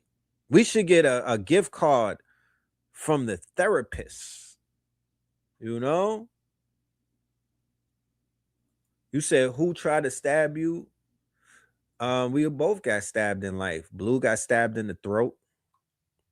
You know, I got stabbed in the arm a few times. You know, shit be happening. Shout out to Lincoln High. Yeah, you know it. You know about it. Ask about the twins in New Utrecht in 91, 92, 1990. You know what I mean? Ask about the D train. Ask about the D train. That was like the rise of the Decepticons. We went through all of that. You know, going home was scary on them trains. You had to ride that shit for about 40 minutes. Nigga, you could get stripped naked like a mannequin. Don't be fly on a D train and you don't got no protection or you're not 20 deep. You know, them fucking doors will open up and a horde of niggas will get on. A horde of white walkers. You know what I'm saying? Like zombies. You know what I mean? These niggas looking like zombies, looking like Ninja Man. Like 100 Ninja Mans from Jamaica just getting on the train looking thirsty. You know this about to go down. You know that it was about to go down.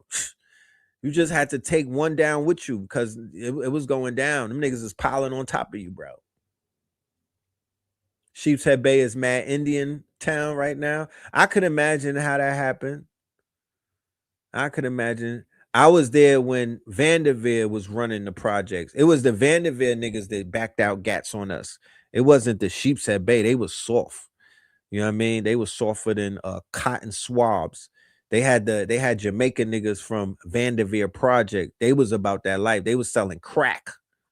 You know, they was selling crack, and they was mad at us because we had a little bit of motion, and the girls prefer the boosters. Yeah, AA was like Beanie Siegel in the movie what's that shit Backstage? What's the Jay-Z tour movie when Beanie Siegel was beating everybody up? Yes, that was Ching Bing. That was AA. He was a terror. He was a fucking terror. How you think he caught 10 years? You know? They had to humble us. You know how many years it took to humble us, to break us out of that mentality did Brooklyn and Flatbush, because we were in survival mode. We didn't have we were literally in survival mode. So after witnessing some of your close friends get their lives taken, there's no turning back after that. Oh, the Blackout movie. Right. It was like he was like Beanie Siegel in the Blackout movie. You know? So then, yeah, man. It was real back in those days. It was real back in those days, man. And then once again, people got to talk about the crack and what crack did. The addition of what crack. That was the most. That's the underlying factor in all of the 90s is crack. You feel me? Everything else that was going on, the motherboard of the dysfunction, the outlier was crack cocaine. That's what it was. That's what changed everything. That was the big shift. That was the nuclear bomb. You know, that was the nuclear bomb. And the way that it went off is not the way that people may even. It's a more of a socio-economic thing. It was more of a cultural breakage and whatnot from seeing women getting flipped, right? And to see the erosion of the archetype of the Cosby like family archetype, that erosion of the Cosby like family, the erosion of black women as, you know, the queens from the 70s with the afros and all of that shit got eroded, you know. And it just you know, and when the young men started picking up the crack, that's when it turned some very smart, some very courageous, some very intelligent, some very, you know, Cosby kids started selling crack. Cosby kids that were growing up, they were like equivalent to Theo Huxtable, and you know what I mean? Those and then Tempest Bledsoe started smoking and whatnot. So that shit that you see in Jungle Fever with Gator, where Holly Berry was Gator's girlfriend and she was a baddie, but she turned into a crackhead. Shit like that was really going down. A lot of niggas with the bad aunties and whatnot. The auntie who was a baddie, who had that, you know what I mean? She just had that natural beauty and whatnot. She looked like this girl right here with those phenotypical features and whatnot. A lot of them was getting flipped. But it doesn't mean that they weren't Black American and the same people. You see what I'm saying? So if you look at it, and I'm gonna do a part two. I'm gonna do a part two as well, sis. As a matter of fact, I'm gonna do a free camp for women that look like you. So if y'all want to learn, just hit me on the email. I'm gonna do a free camp for y'all. And that they have noticed that check this out. A lot of Black Americans claim that they have noticed that a lot of African men and Caribbean men seem to have a thing for white women. This also seems to be very applicable in the gay collective, where Black men from Africa and the Caribbean seem to have a thing for both white women and white men. Unfortunately, this is very true, and I'm here to explain to you why. For starters, you have to understand that with the exception of the United States, there's not niggas explaining. I'm just playing it so we can have some commentary, but he niggas explaining, but let's go. A whole lot of options when it comes to affluent countries where Black people can migrate to. America is literally the only first world country with the most amount of Black people where Black people can feel safe and secure and thrive. Outside of America, there's not a whole lot of options. And even in America, white people are still the majority. This is even more so in Europe, where there's a lot of Black immigrants from the Caribbean and from Africa. So in places like in Europe, considering the fact that white people literally make up the vast majority of numbers, a Black immigrant is more likely to interact with, work with, live with, and just simply be around white people who do not look like him. The second unfortunate reason. See that mentality? And I'm not going to go crazy on him, because remember, I never lived in a country where all I see is Black folk. But nigga, please, what the fuck are you talking about? The proximity. Nigga, you don't live around no white folks like that? What do you mean? Like, what the fuck are you talking about?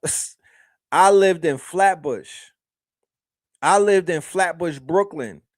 And this is what I began to see.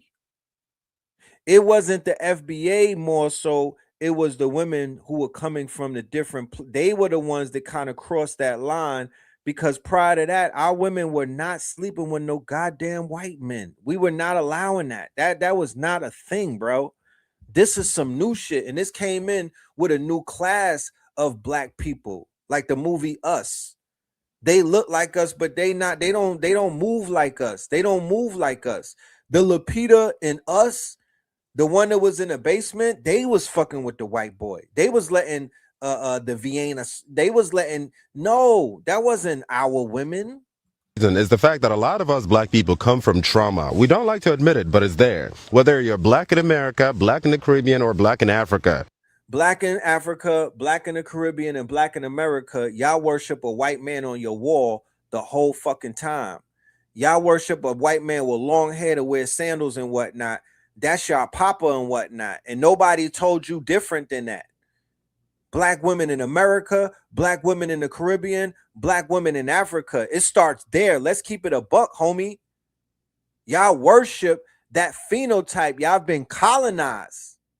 This whole sexual tourism, this whole, inferiority complex, giving up your body and whatnot to these fucking tourists just because of their skin color. A lot of us, we done been through some shit. And as a result, we have a whole lot of insecurities deep in our souls that we don't feel comfortable sharing with others. And because we all live in a white supremacist world, after observing how white people are pedestalized, idolized, and idealized in the media, when a lot of black people from the Caribbean and from Africa move to the West, it is much easier for them to conform to that malarkey, to think that white is better. So as a result, a lot of black immigrants from the Caribbean and from Africa not only aspire to attain that level of being that is white approved, a lot of them feel a lot more safe with white people because we believe that we're more likely to be judged by our own people, something that a lot of us have experienced from childhood. Like I mentioned before, Nigeria rewards conformity. Needless to say, a lot... He's fucking lying, bro. He's lying, bro.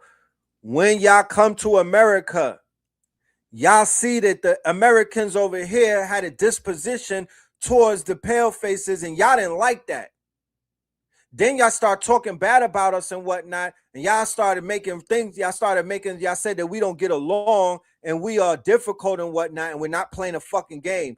And then they hired y'all at the shade room, and they hired y'all to take our places to do what? To give them lap dances and to pedestal them.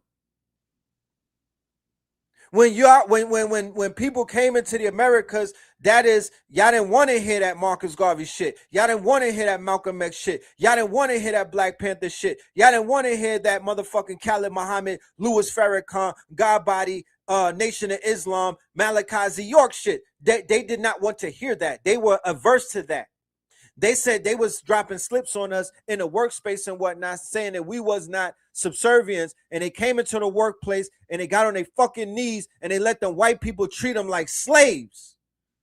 I was in the workspace. Stop playing with us. Y'all was cutting us. Y'all was cutting the front of the line in order to give these people special peripheral treatment. It was egregious. Black people from the Caribbean and from Africa, because all they know is dysfunction from people who look like them, there's this illusion when they come to the West that white... So why do white people go into Africa and have their way with y'all people all the time? Why if a white person walking through Nigeria, they don't got nothing to worry about? I don't know. Is that true? You know? White is better, which automatically translates that black or anything that is not white is not. While it is true that most black Americans will always prefer to be in relationships with other black Americans, that does not necessarily mean that there's true love between them. Like I mentioned before, black Americans are the only group of black people who have spent the longest time with white Americans. And as a result, black Americans are the only group of black people who are less likely to pedestalize white people. That does not negate the fact that there's still some fuck shit within the black American collective. A lot of these black men in some of these interracial relationships are terribly lonely. And who the fuck does he have to talk about these things with? Your racist, homophobic, colorist ass chat. You see? So the mentality of being colonized and then coming into America, right? And because of the green card, because of the visa, because you can't come here to be a rebel rouser. You can't come from another place into America to talk down on the motherfucking establishment. So where do you pivot? You gonna pivot to talk down on the people that you're allowed to talk down on. You can't even talk down on a white man if you have a green card or a visa. If you really wanted to, let's just think about that. But because we got close proximity to the Caucasian and we telling every nigga to come here, don't fuck with them. They're not to be fucked with. This is what we do to them. And then some people followed us. Like I said, when I was coming up, the Jamaicans, the Haitians, they got busy with us. And when I say get busy, we was out hunting white folks. You feel me? They went and got busy with us. You know what I mean? But they parents was like, no, Joshua, you can't do that. No, Joshua, don't stay away from these people. They're too bad. Please. A lot of us black people lack emotional intelligence and are terribly judgmental. The reason for this dysfunction is because of how broken a lot of us black people in the diaspora are. A lot of us black people are heavily unforgiving and we do not give each other grace. While this is all indicative of pain, humility is and will always be the only antidote to get us away from this fuck shit back into oneness. And good luck. I can't. If Africans want to heal, just say that. You know what I mean? Because there's gonna have to, there's a lot of re-education and must take place. There has to be a lot of re-education. There has to be a realignment. There has to be a unlearning so niggas can relearn, because people they think that they know us. They don't know us. We don't even know us all the way. They don't know us. Folks don't know us. We're literally finding out who we are. So as long, and I'm learning about cultures and I'm respecting those cultures more. I'm learning about the revolutionaries in multiple cultures, and I'm like, all right, I like that. I respect that. I like their tenacity. You know? But what I am aware of and what I do know is that in America, they're not letting every single phenotype, they're not letting every single archetype from different countries into America. America is more of a controlled environment. America is, you would think that they just let anybody in here. That's not the case. Everybody is cherry picked. Niggas is domesticated in America more so than they are like wild and what. They keep them people in them countries. Okay? Yeah, it's a filter. Ellis Island and the immigration and all of that. Nigga, that's a filter. You know? They are not trying to let every type of person of every type of educational background into the states to poison the minds of the people that are over here that need some waking up of. You know? And that might even go vice versa. You know? But let us continue. Epstein files, Jeffrey was emailing American biologist Robert. Not yet. Not yet. Okay, Big Meech is outside. Big Meech is outside. He's doing interviews. The big homie is outside. Let's hear what he got to say about how did the Make It Rain trend start, right? The Make It Rain trend, when I heard this video, I was like, look at that. I said it all along. I already knew. The Make It Rain, those dollars, is like compost. They throwing compost on girls in the strip club. The dollars from the Make It Rain trend was like compost. It's residue of drug deals. It's the singles that the cartel would not take singles. The cartels refused to take singles. So Big Meech and them had singles in a garbage bag, and they took the singles from the garbage bag and started the trend of making it rain on women and whatnot. So when you look around and say, damn, why do the women have this garbage mind mentality? Even though they're so beautiful, they have a garbage mind these days. The mind is in the garbage.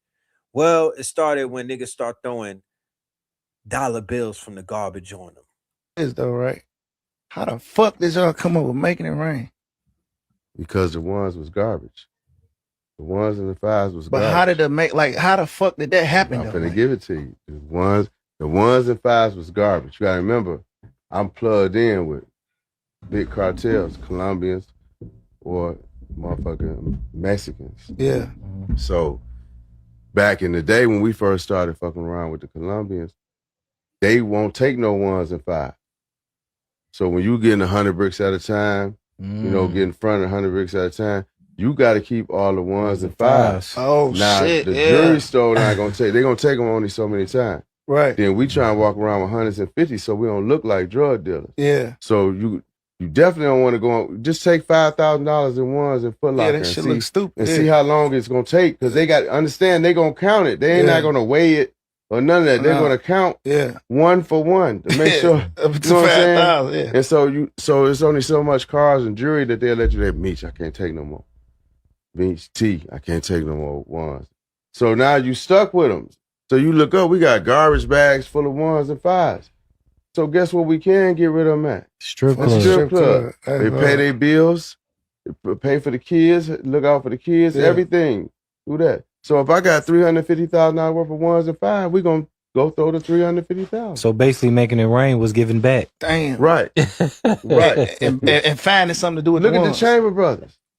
Look at my brothers, man. See how far black men come giving back.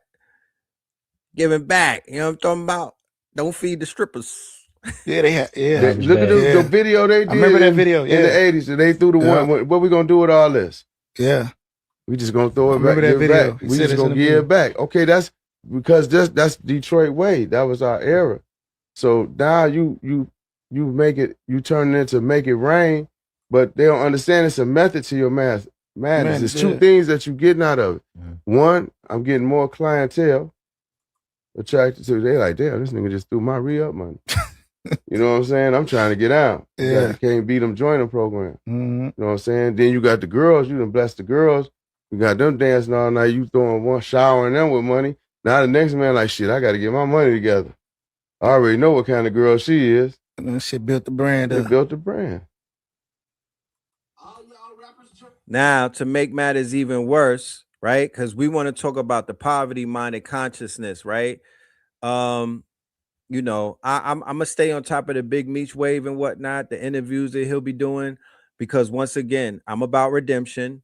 You know what I mean? One of the things that I will say when it comes to Meech, he has that leader mentality. He's still the OG, you know what I mean? And if he has a redemption campaign that he's on, where he's trying to turn things around and try to enlighten the people and not just sit back and give all of these fake ass cartel stories and shit like that, I'll let you know. I do know I heard Little Dirk on a jail call, and Little Dirk gave out a whole book list. And Little Dirk said that he is ready to change things. I told you about Little Dirk. I said that him getting locked up actually saved them from getting killed and whatnot. Sometimes when we see people get caught up, there's many reasons for why people get caught up. Sometimes you have to understand that there's a divine hand at work. There's divine intervention at work sometimes, because there's some instances where you were going to get killed. Now you get a return date when they put you in the Tiffany and those silver handcuffs, and your ass go up the river and whatnot. At least you have a return date. When your shit get pushed back, you're gonna return as either a roach or as a black baby and whatnot. But your ass is out of here this time around. Okay, so Dirk is trying to change. He is he's talking about he wants to turn over a new leaf, right? But this mentality of the strip club, this mentality of blowing money fast, this mentality of making it rain, this mentality of just, throwing money into the wind and whatnot. I feel that that's one of the reasons why Atlanta is poverty stricken right now, why so many people have lost, why the homeless rate is so high, why the streets is dead, why you can't get no more money. It's because the wastefulness has reached the apex. It's too much wastefulness. It went on for more than 3 decades, maybe 4, right? So this poison can't sustain itself, and it's eating it ate upon itself to the point where it's just all you're gonna see is the corpse of the culture, the corpse of it. All of this shit is just like all of the conversations at this point is just an autopsy. That's all you hearing and seeing is the autopsy. That's the only place where it's at right now, is the autopsy. You feel me? So to make matters even worse, and to show people that they've been getting jerked the whole time, they just raided Johnny Dang, right? Another person who's been leeching the community, because all of that them diamonds is moissanite and lab diamonds, and and our people have spent to the tune of 100 million, 500 million on, and so many people have died, so many wigs got pushed back, so many houses got broken into, so many people's mamas got pistol whipped and whatnot over moissanite, over lab diamonds. You know what I mean? Just frivolous spending, niggatry, okay? And everything is coming out that y'all been getting jerked the whole time, and you were a backwards consumer. Y'all rappers jewelry fake as hell. Johnny Dang's Houston jewelry store just got raided by federal agents. Allegedly, he has been passing off lab-grown diamonds as real diamonds. It's being said that multiple complaints were filed to authorities over the last few years after Johnny Dang sold multiple customers diamonds for millions of dollars, claiming that they were mined overseas. Authorities notified multiple customers and encouraged them to go get their diamonds professionally tested, whereas they found out that majority of the customers' diamonds were fake. It's being said that Johnny Dang has defrauded customers for over $200 million.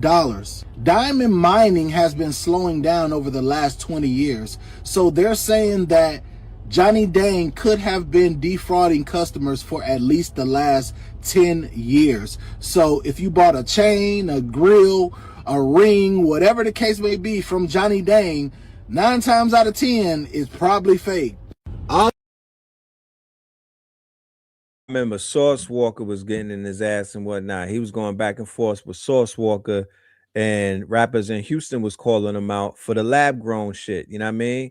Jerking the people. Now they got the moissanite epidemic, and people are walking around with empty jewelry, and it looks crazy. It looks crazy. It sounds crazy. You niggas is crazy. Y'all crazy, man. But you know, a fool and his money will soon part. A fool and his money will soon part. Now, Jay-Z.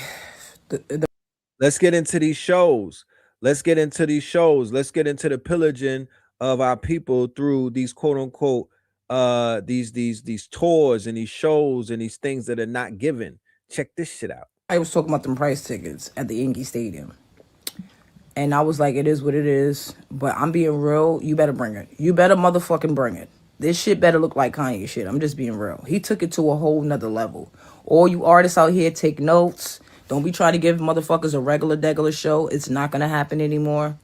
Those tickets that's 300 plus.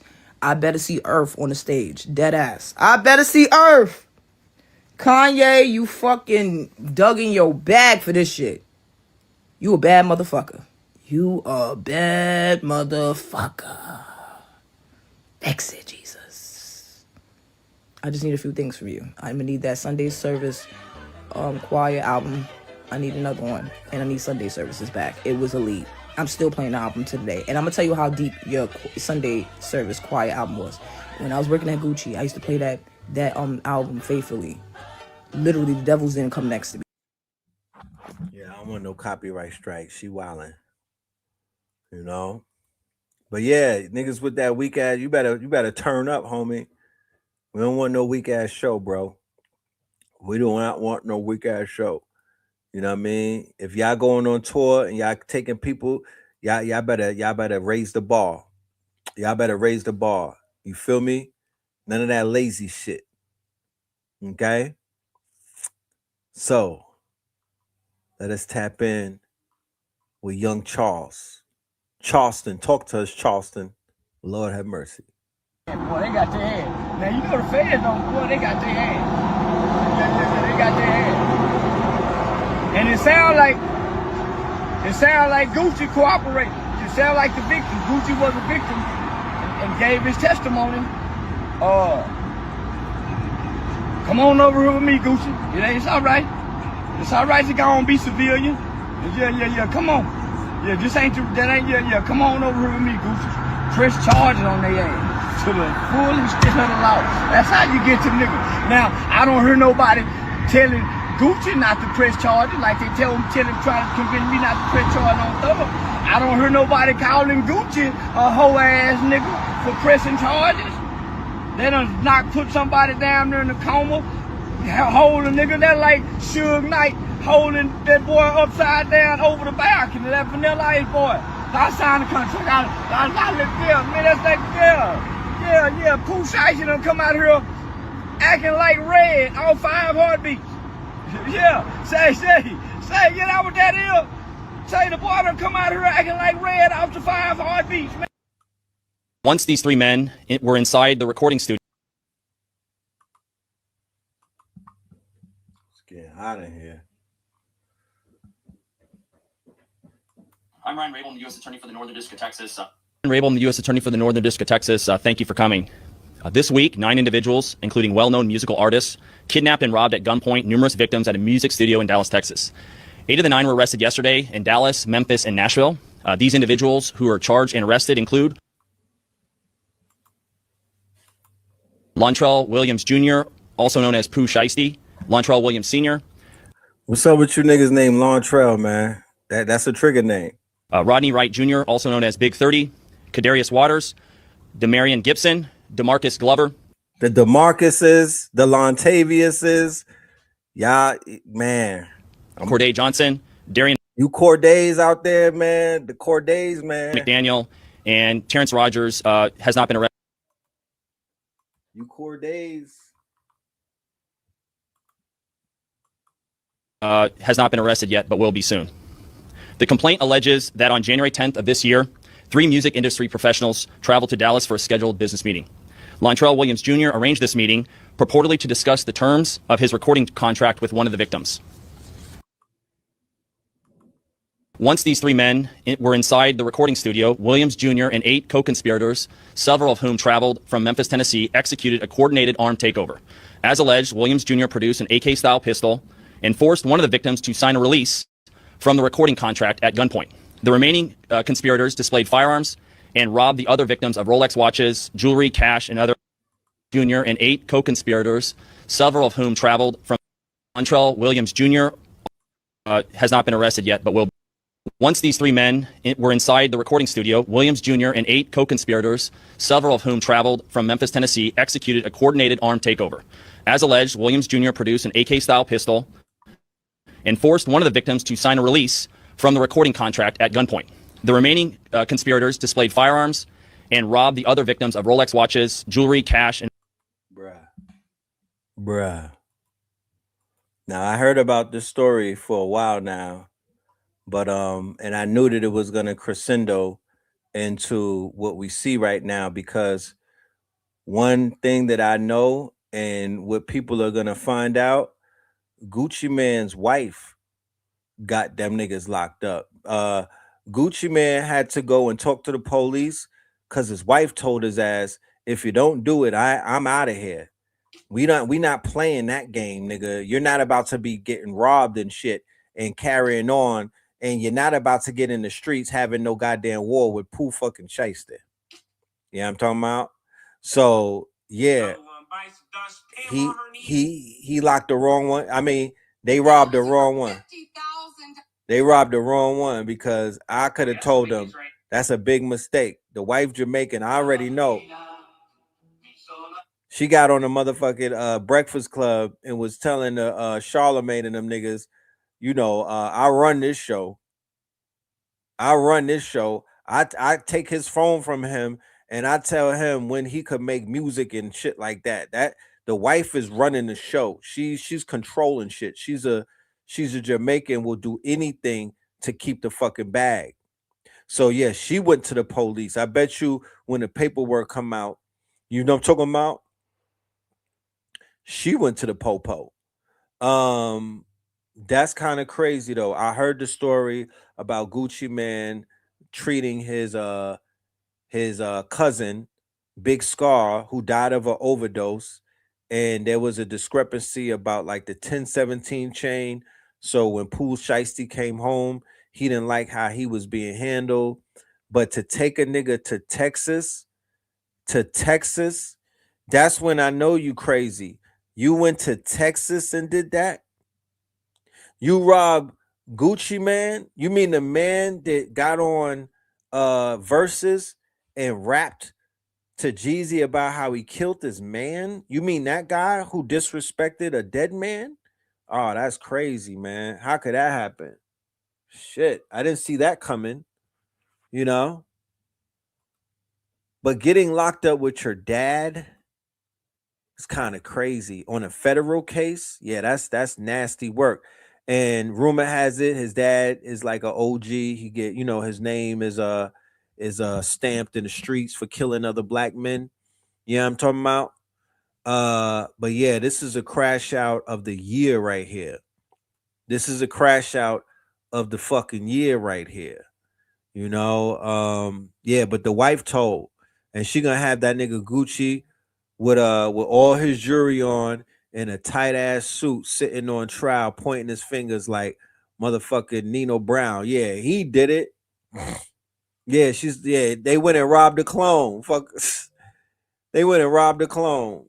That was some dumb shit. And then in Texas, of all places, so they not playing in Texas. They not playing in Texas. You feel me? They are not playing in Texas. So yeah, they finna send them boys up. I just don't know who's really doing the talking. I want to know if Gucci signed a statement or not. The shit goes deep. Another one bites the dust. Atlanta. What y'all finna do? Atlanta. Talk black to me. Ratlanta. We have some big news right now. God damn. Y'all can't get a break in Atlanta, huh? You've been sleeping a little more than usual. My niggas in the A can't get a fucking break, my nigga. Hold this L though. I think Young Thug going to jail from Charleston White. Gucci got robbed by Pooh Shiesty. It's going, oh man, Atlanta. If you've been sleeping a little more than usual and you've just been dragging ass and your emotions have been all over the place, don't worry, girl. I swear it is quite literally the full moon. It's been full mooning more than it's ever full moon before. It's quite literally outside full mooning, fucking with all our... Oh, not yet, good Eva. Not yet, good Eva. Not yet, good Eva. Before I go there, I got to show you this because as a result of the Pooh Shiesty investigation, rumor has it that they're about to take down Empire Records and whatnot. And Cash Patel is rumored to be investigating Empire Records because of the shady business deals that they've been rumored to have with artists who coincidentally died after these quote unquote discrepancies with their label. Hint, hint. I talked about this many, many years ago about the fact that these artists were being killed at an unnormal rate at one record label. It became a graveyard. So now the FBI is investigating Empire. FBI Director Cash Patel reportedly announced yesterday that an investigation into Empire Records is underway, stating that once sufficient evidence is gathered, the entire company could face charges. This development follows claims that artists like XXXTentacion, King Von, Young Dolph, Mo3, and PNB Rock had issues with payments from the label before their deaths, something Patel reportedly described as odd and suspicious. Damn, so what they trying to say, niggas, Empire's knocking niggas off, or is that what they're trying to say? Are they trying to get people for their MP ski cheddar cheese skis, or what is P trying to say? Like, that is pretty...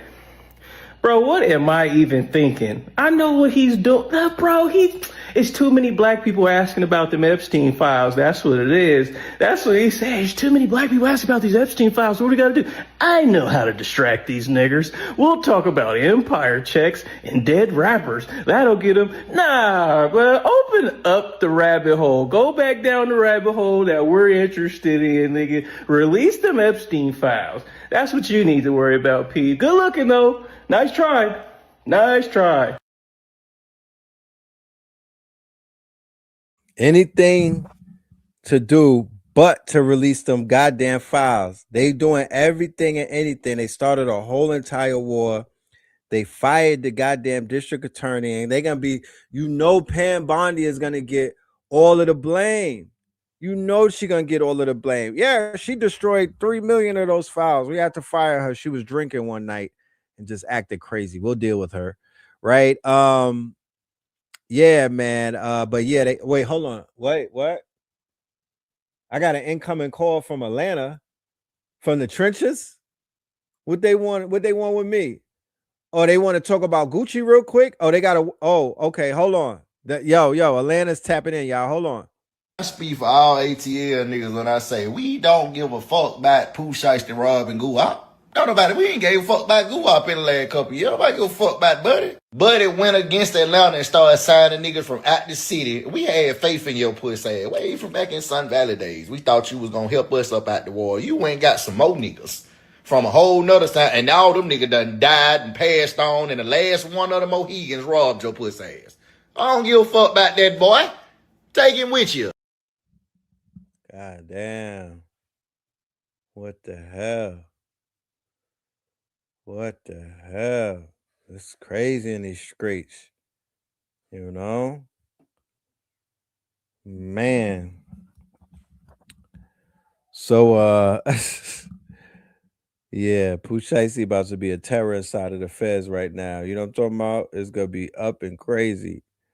But yeah, man, I'm glad that the brother didn't get hurt. You know what I'm saying? At the end of the day, I'm glad that the good brother didn't get hurt, because that could have been tragic. You know what I mean? To get your life thrown away over a contract dispute and whatnot. But yeah, people that do anything to get out of them contracts. I heard that he was being offered some money by your boy. What's them people? CMB, Yo Gotti and them, But yeah, they saying Gucci helped the U.S. Department appoint him out and whatnot. And of course, he was wearing the shiesty mask when it went down. But yeah, they said that old boy cooperating. You know what I'm talking about? They said old boy cooperating. Interestingly. All right, check this out, boss. Ain't no motherfucking way. Ain't no way Pooh Shiesty that motherfucking dumb, dog. 90 days out the feds, 90 days. The nigga got out in October. And within 90 days, you pull some Suge Knight with some Eazy shit.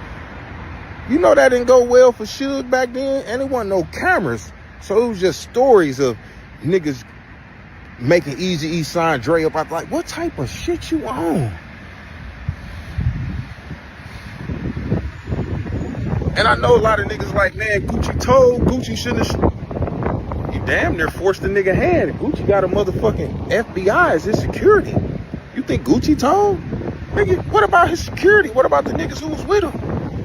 Is you that fucking dumb, man? When I seen that shit, man, I thought that shit was fake. 90 days out the feds. 90 days out the feds.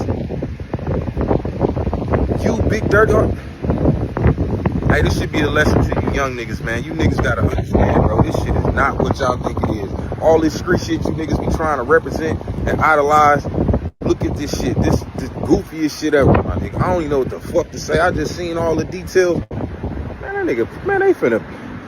Pooh Shiesty, my nigga, ain't no way you gonna see the streets, my nigga, unless everybody take the charge for you. Everybody gotta say you ain't had nothing to do with it, my nigga, or you cooked. Believe that. Yeah, man, the streets is gone, man. If anybody had any questions about the condition of the streets, or where that shit stands, and just in terms of, man, whole as L, that was a real corny one right there. Oh, hold on, another Atlanta. Damn, the hood calling in, man. Hold on, man. Shit. When it comes to street rap, trap rap, or whatever, you got Gucci and you got Gotti. They the biggest. They like in the 80s or whatever. They like Russia and the United States. They can never just full-fledged beef with each other, because if they do, it's gonna be it ain't gonna be like the Drake or Kendrick Lamar. It ain't gonna be like the Dirk and YB. Niggas gonna have to actually choose a side, because both these two niggas gangsters as fuck, bro. Both these two niggas are about that. Both these two niggas on the surface change their life around, but still dibbing and dabbling, or whatever. Keep a bunch of street niggas around them or whatever, but not too far. I mean, not too close to where they can get their ass locked up. So they been fighting little proxy wars, like, Like like the United States and shit be doing, and Russia and them be doing and shit like that. Like they fight against each other through other motherfuckers and shit. Like the Dolph and Gotti beef, you know. Then you got shit. I mean, this right here, the Pooh Shiesty shit. Like they didn't think this shit through. They thought that they was only beefing with Gucci Mane, bro. Gucci is a businessman now. You're not beefing with the same nigga. That's why he had a off-duty police with him. Because he can't associate himself with street shit no more. Because if Gucci go down, it's raps for that nigga. If Gotti go down, it's raps for this nigga. Y'all don't think the feds been watching these niggas? They been watching these niggas. So these niggas can't beef with each other. So they beef through other motherfuckers. Pooh Shiesty, they didn't, and you know his old dude, they didn't calculate this shit the right way. They thought that they were still dealing with street nigga Gucci. Gucci not with no street niggas. They said he had a cameraman with him, a white boy, and an off-duty police. If he was on the street shit, he would have had some street niggas with him. But he a businessman. He can't do the same shit that he was doing once upon a time. So y'all went in, robbed this nigga, or whatever, made him sign some shit over. Now you just got shelved. You just got your career shelved. Cause we ain't heard another song from Pooh Shiesty since FDO. Gucci got this man's career in his hands. On top of his life and his freedom right now. And y'all think Gotti probably got some lawyer money for him, but he can't go full-fledged with this shit and trying to help this man beat this shit. It's over with for them niggas. And like I say, Pooh Shiesty, for his old dude to be against this shit too, he ain't think this shit through too. He ain't think this shit through. Like, niggas be so caught up on street shit that they forgot, bro, this is the rap business, not the rap streets. You can lose in so many ways, other than pulling a motherfucker, strap out, popping a motherfucker. If I own your whole music, I own your catalog now. I ain't never gotta drop another Pooh Shiesty song, ever again. That's why y'all seen Pooh Shiesty doing ads and shit like that. That rap money is gone. That shit is drying up. And Gotti probably hit him with some lawyer money and shit. But these niggas finna fight the feds, bro. And the off-duty police officer and that white videographer, they finna go all the way. They're going all the way. And they don't have to stick to the G code. Gucci don't even gotta take the stand. So you niggas crashed out. You know, I'm thinking that Gotti was gonna be able to save y'all from this shit. He can't. You know what I'm saying? I mean, to y'all was just used as like collateral damage. Because I'm pretty sure Gotti knew this was a possibility that this shit can happen too. But, you know, we just gonna see what's gonna happen, bro. It ain't looking too good for them boys, man. Big 30 fat ass on the run, boy. GG's. Feds ain't. GG. Crazy ball heads, you know? Crazy ball heads. Yeah, but y'all gotta get that street shit up, man. This shit is nothing but a motherfucker. Oh, Cash Patel? Oh shit, hold on. Meet Cash Patel, FBI director. Mini Trump energy. Same ego, smaller office. He created Cash, yes, with a $, selling hoodies to $50 Napa wine. But his biggest move? The plot against the king. Rhyming children's books where he casts himself as Wizard Cash, magical hero saving King Donald from the evil witches like Hillary Clinton and Kamala. In his fairy tale, he's the hero battling criminals. In real life, while someone was actually protecting his king, Secret Service taking down an armed intruder at Mar-a-Lago, Cash was in La La Land, literally, partying with hockey players in Milan. The wizard couldn't be bothered when the actual castle was under attack. Now, here's the real grift. The Cash Foundation. Supposed to be charity. Tax filings show $275,000 on advertising merchandise. Basically using nonprofit money to sell Wizard Cash onesies. That's not a 501c3. That's a 501c grift. And who's bankrolling this? Cash lives in Michael Muldoon's $4.2 million Las Vegas mansion. Billionaire timeshare tycoons sued for bait-and-switch schemes. They vacation together in Greece, share lawyers, do business together. The FBI director and the timeshare scam artist. Besties. That's crazy. Ultimate mini-Trump lifestyle. Living large on someone else's dime. This week he took the FBI's jet to Italy for the Olympics. And there he was in the locker room, chugging beer, wearing a medal he didn't win. Total Drake energy. Thinks he's the star. Really just a hanger-on with main character syndrome. He's posted photos defending it, then deleted them. That's not a leak. That's a cover-up. Just like he's doing with the Epstein files. Look past the costumes. When you prioritize a party over a crisis, you are the director. You're a liability. Cash. Resign. Leave the wand, keep the grift. America needs a director, not a hanger-on. I want to remind y'all, wait, real quick.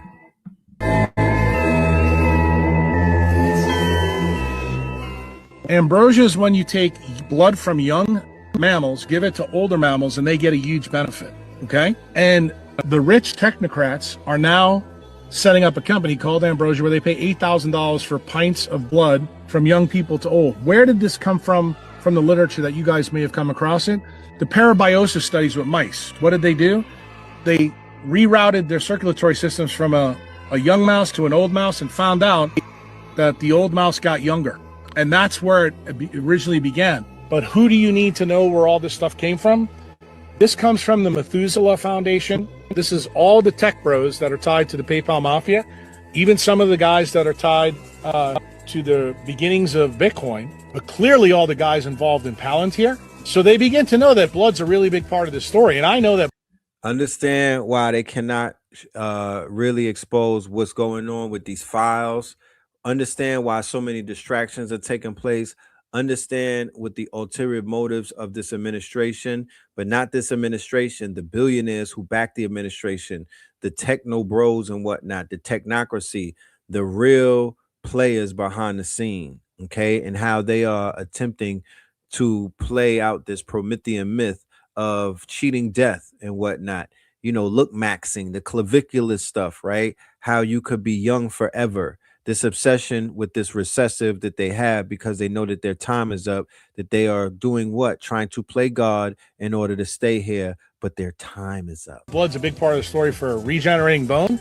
So what does Epstein get from all of this collaboration with these 4 scientists from the Human Genome Project? He finds out that melanin can be made very simply in a lab from adrenochrome. And he finds out that adrenochrome also is made from palm seed.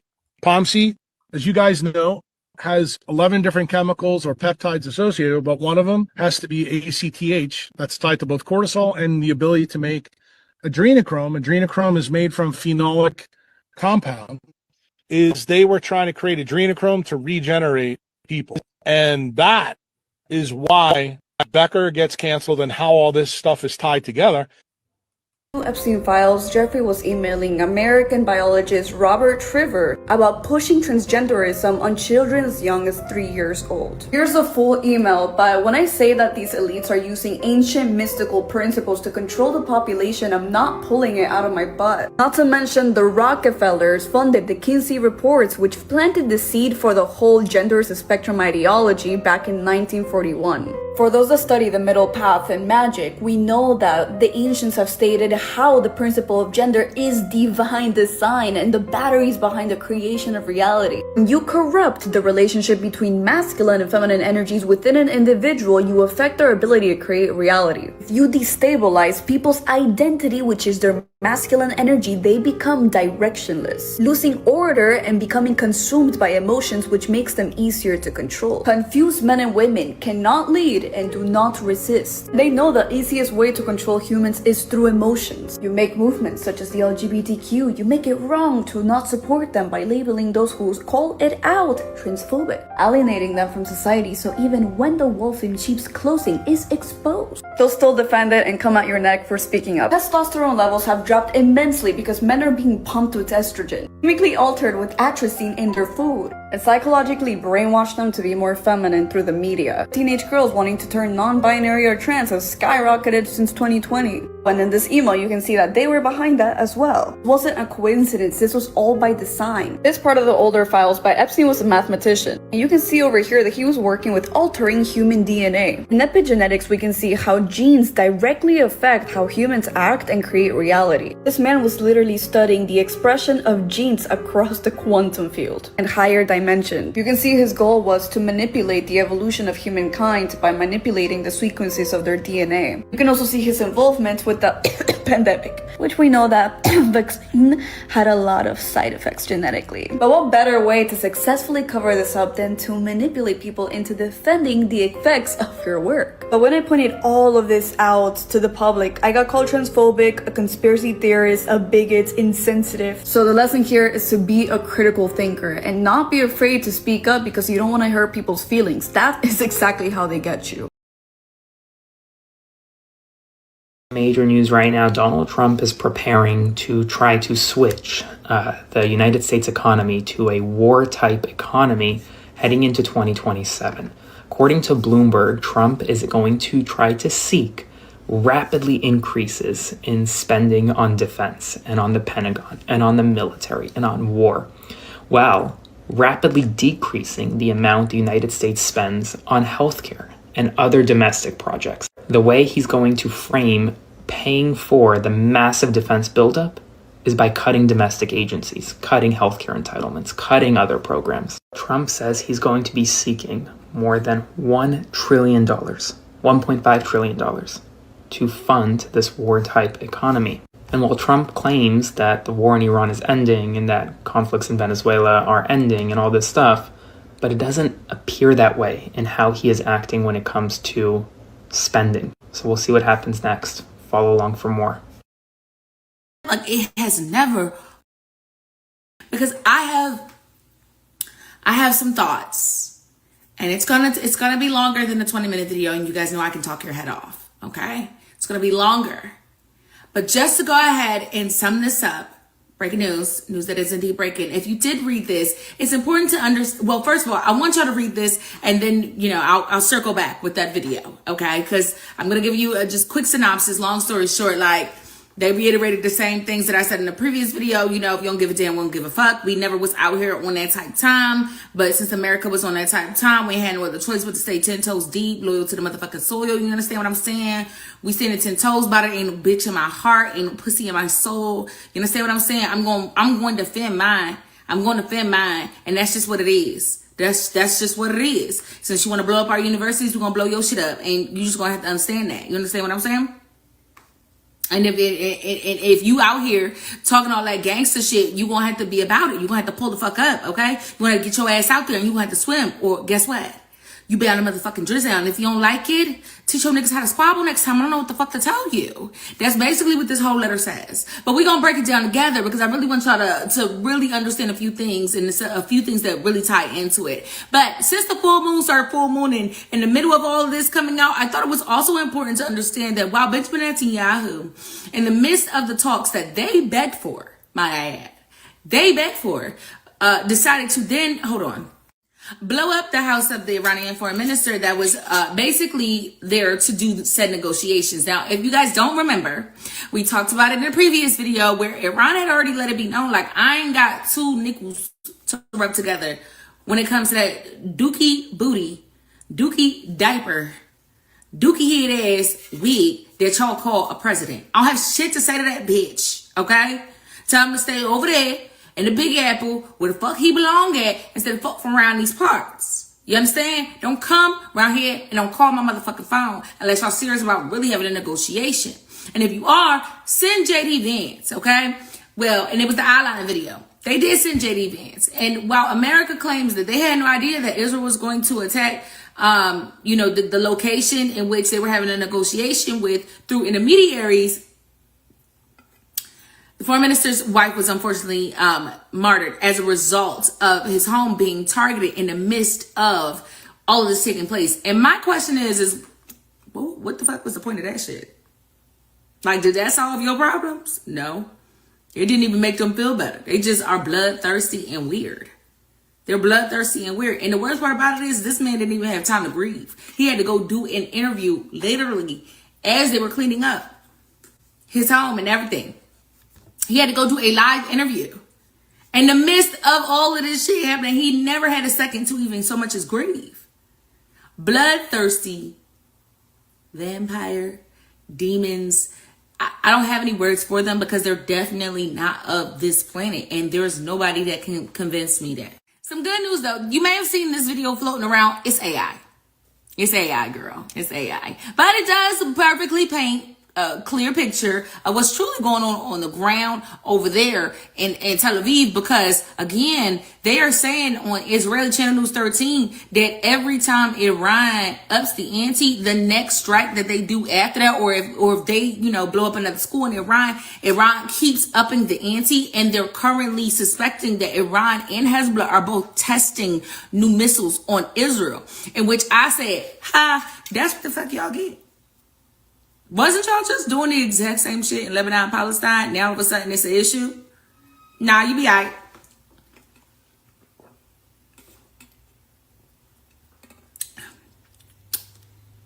Yum, yum, yum. Colonizer tears. You will be okay.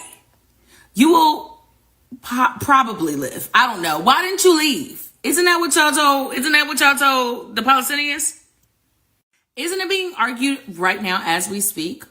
This is more fucked up Tel Aviv. This is more fucked up Tel Aviv. I have some photos of Ashdod. Is that how you pronounce it? Who gives a shit? Make Tel Aviv Jaffa again. Jaffa.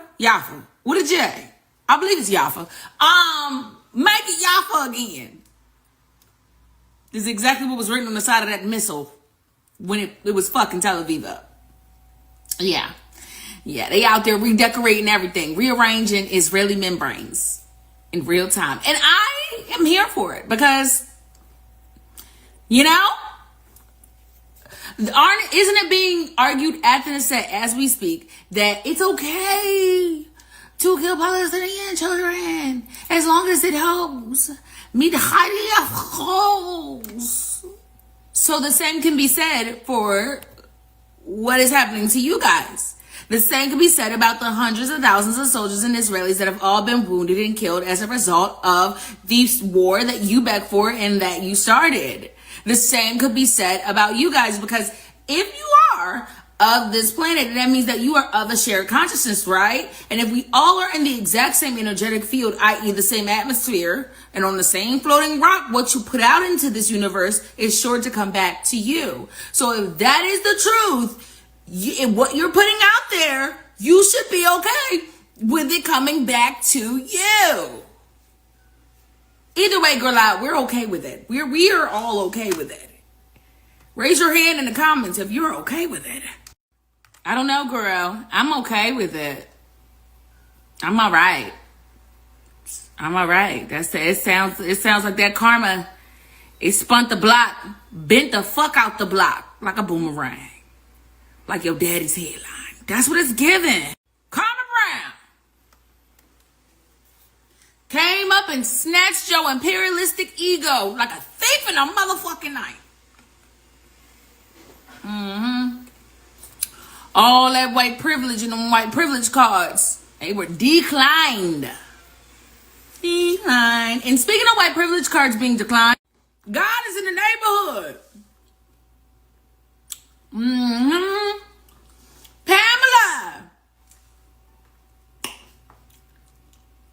Pamela girl,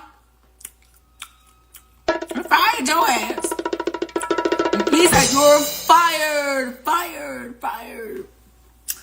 Came up and snatched that white privilege like a thief in a motherfucking night. And I hope your security, I hope you paying them top motherfucking dollar. Because, baby, if you know like I know, girl, they on your body.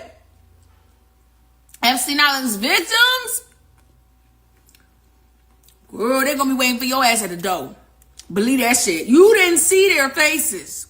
Obviously, because you refused to face them. We saw their faces in real time, girl.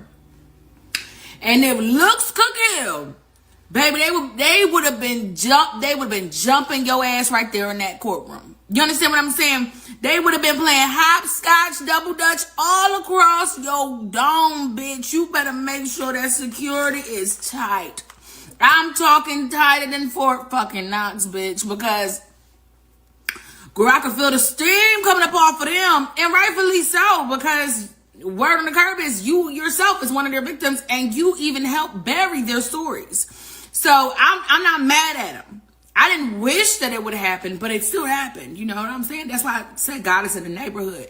And as a CSA victim myself, I understand where the root of their frustration is coming from. Because at this point in time, you got a better chance at winning the lottery than you do actually holding the Epstein class accountable for the very nasty, vile, disgusting things that they have done to children, adults, everybody in this world. Not just this country, but this world. Those victims were simply just trying to get their justice. There is a long list of victims that never was able to even get to the point where they were, and you were the only thing standing in between them being able to leave that shit right there, and him and everybody attached to him be held accountable. So you have to know that you were the one that carried that entire Epstein class on your back, girl.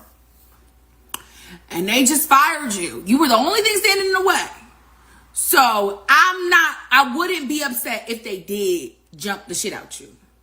I don't think any of us would be. Honestly, I don't think any of us would be mad. I think we would be like, no, I expected that. That was coming. You know? That was coming. And you was talking shit.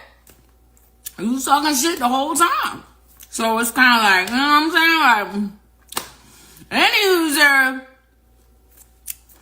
that's what's going on right now. You know what I'm saying? The full moon, you never know what to expect. You never know what to expect from the full moon. I want to send a special shout out to the Iranians as of right now, because I do know there's a current U.S.-Israeli strike that is actively happening, and they are destroying some parts of Iran that are over 400 years old and are a part of the world history. Not Iranian history, but world history. And they were meant to be preserved for a particular reason, to help better humanity in itself. So I want to send my heart out to the Southern Lebanese, the Palestinians, Cubans, the Iranians, in Iran, not the diaspora, because y'all get the fuck on my nerves. Like, y'all literally don't stop. And y'all probably not going to stop until somebody go upside y'all shit. But that ain't my problem. I'm gonna let the rest of the diaspora handle y'all asses, because y'all annoying. But all the rest of them. Oh, also, you know, the black community right now, because it's real rough outside. It's real rough outside. But control y'all emotions, because it's real rough out there. Okay, stay tuned, because we got a lot more to go.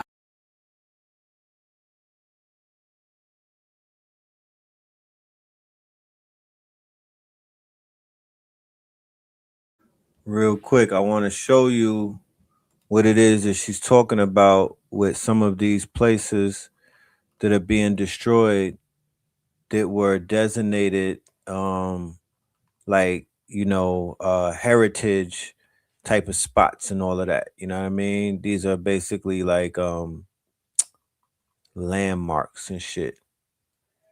Wait, what? Hillary?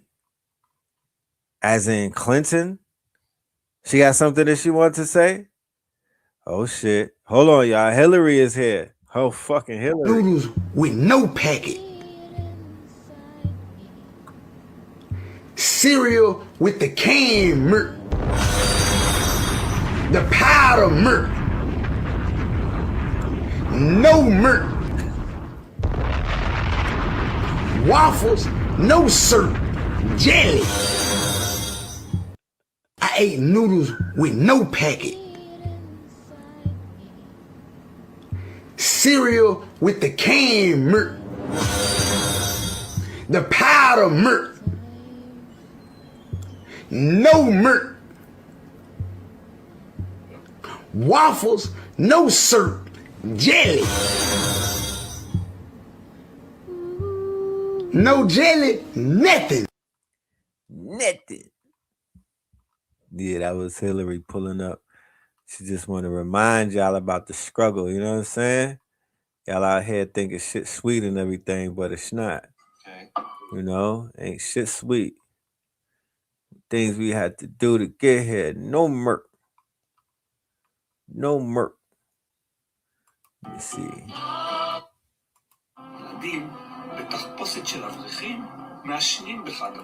Hold on, let me see. The Epstein chalkboard ID code.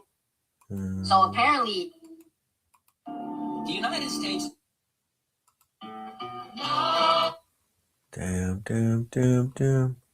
I wanted to show y'all some of the places that have been destroyed.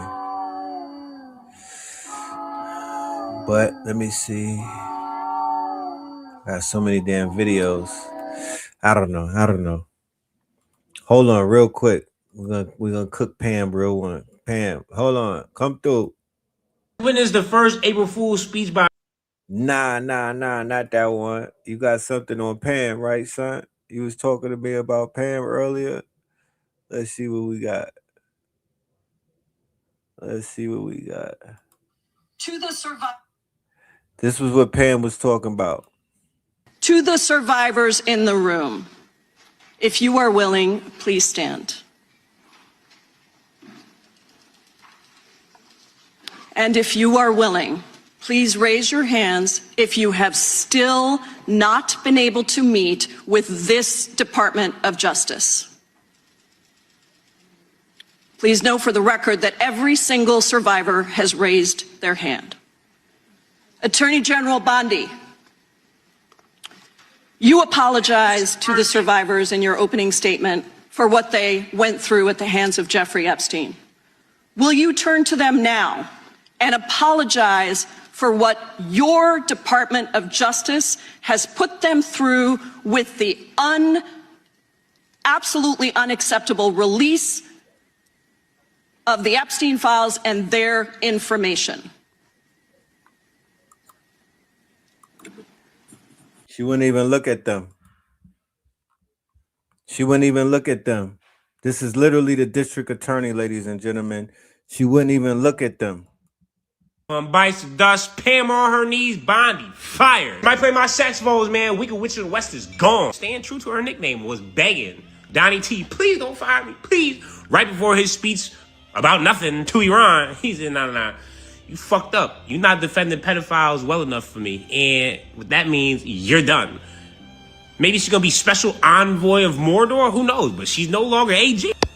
I don't know if you got any skeletons in your closet like this, but I would say talk about them now before they inflate as a problem. No legacy left, just a known child pedo protector. Hell is hot and hope you dress cold. See you never. And just remember, y'all, we're not at war, but we're negotiating. But at the same time, we're about to bomb them back to the Stone Age. Which is a hater, I will say. That was a good line. Back to the Stone Age. But at the same time, like, that's not war, nigga. Obviously, Henny Hayseth had to go and repeat your exact words because he doesn't have an original thought in his head. Everything is just chat GPT, fucking loser and a dweeb. But let's just play devil's advocate real quick. Let's just say Iran, they catch wind that we have a ring of child pedos and we were just funding the genocide for the last 2.5 years. So, like, you know what? We gotta move, groove, vibe, slide and save the American people. They need saving. And so the first thing they decided to do is just blow up the White House. March Vare, you guessed it. Death. Shit me, Rambo, Lawrence, like, why silly for vibes? And Iran's not even here because they want to be here. There's a different country like Iraq that just dragged them in. But it's not war, though. They're like, no, this is just operation. Those are child pedos, and we're protecting y'all. Now, we did blow up that school with 175 children in it, but it's still not war, though. This is just operation. You understand how insane and iniquitous that sounds out loud? But we're not finished yet. Then we stayed for 2 weeks, and we just start throwing mad threats out there. Like, oh, yeah, we're going to start bombing your electrical shit, all your oil fields, and really just going to take that. And we saw your sanctioning Cuba, so we're going to take all that as well. And, oh, we have this oil tank coming through from Russia. It's going to be moving, grooving, vibing, sliding to Cuba. And you're not going to be able to do anything about it because you're a pussy. That also actually happened. But this is still not war, though. And then Iran kills a couple more people, bombs New York, bombs LA for a while, a couple civilian deaths, but they're bombing leaders. You know what I mean? But it's still not war. This is just an operation. How you think American people would feel? They'd be like, oh, nigga, fight back. We're in war. And then 32 days comes, and then the Iranian leader gets up and he's like, man, look at all these other wars we fought. Right now, we're in an operation for 32 days, and we killed their child pedo protector leader. And yeah, of course, we killed a couple children, but I mean, that's the price of war. That's the price you pay. We're saving the American people. And this is after the American people are going crazy on social media. Like, oh, wait, nah, nigga, like, he was bad, but like, don't just bomb him. What the fuck is going on? You just killing people. He sucks, but like, you know what I'm saying? JD Vance just took over and Hegseth just took over. Like, this is not a real regime change. This is the same motherfucker. You get that, right? You see? Some big news right now. Pam Bondi reportedly begged in the White House yesterday to keep her job as Attorney General of the United States, and Donald Trump was not having it. That's according to new reporting from the Daily Mail. Now, a lot of questions are remaining. Why did Pam Bondi get fired? And a lot of people are speculating it's because of April 14th deadline, where she would have to testify in front of the House Oversight Committee on the handling of the Epstein files. Well, members of Congress are saying just because you're fired doesn't mean you're absolved of having to testify. They are still pushing to have her testify, and there is a bipartisan lawful congressional subpoena issued to her. She's going to have to testify even if she's not Attorney General. That's what members of Congress are saying right now. Now, according to reports, the reason why she was ultimately fired is because apparently she may have leaked to Eric Swalwell about an investigation that FBI Cash Patel was looking into. So That's where we're at right now. I know the Dow Jones is sending Pam Bondi thoughts and prayers today. I'll have another update for you soon.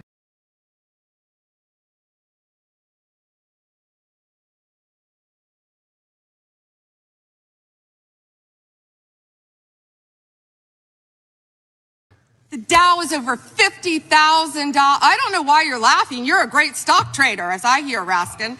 The Dow is over 50,000 right now. The S&P at almost 7,000. And the NASDAQ smashing records. Americans' 401ks and retirement savings are booming.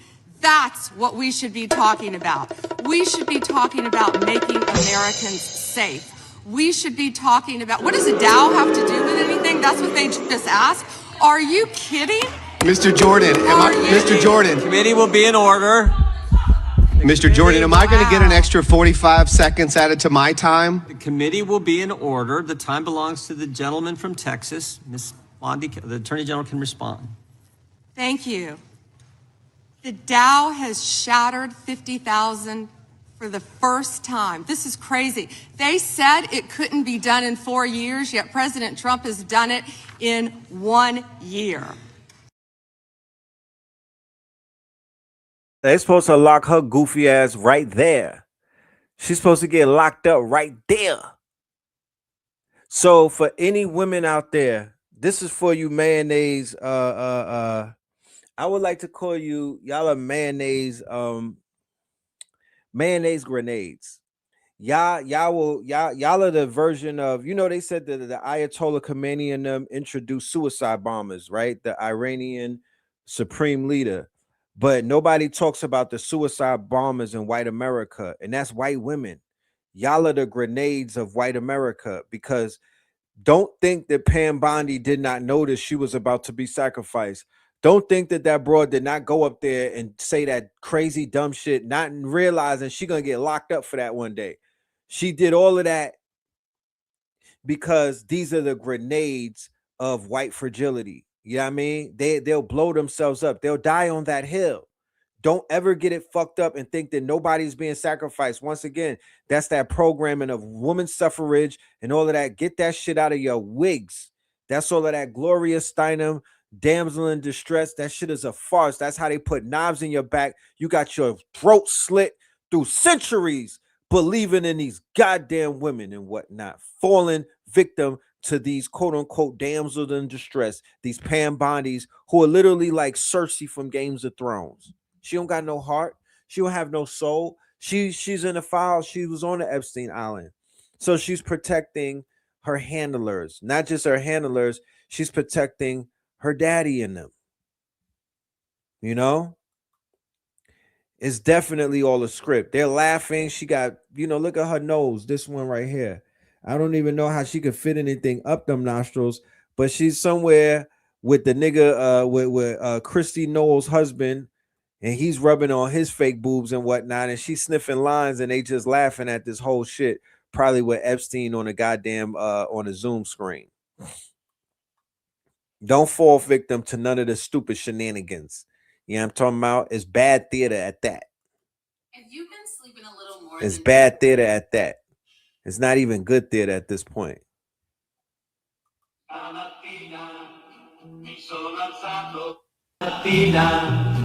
Mi sono alzato, oh bella ciao, bella ciao, bella ciao, ciao, ciao. Stamattina mi sono alzato. We're going to come back and we're going to talk about the death penalty in Israel, how they're about to execute 10,000 Palestinians and how they were popping bottles, celebrating and having fun.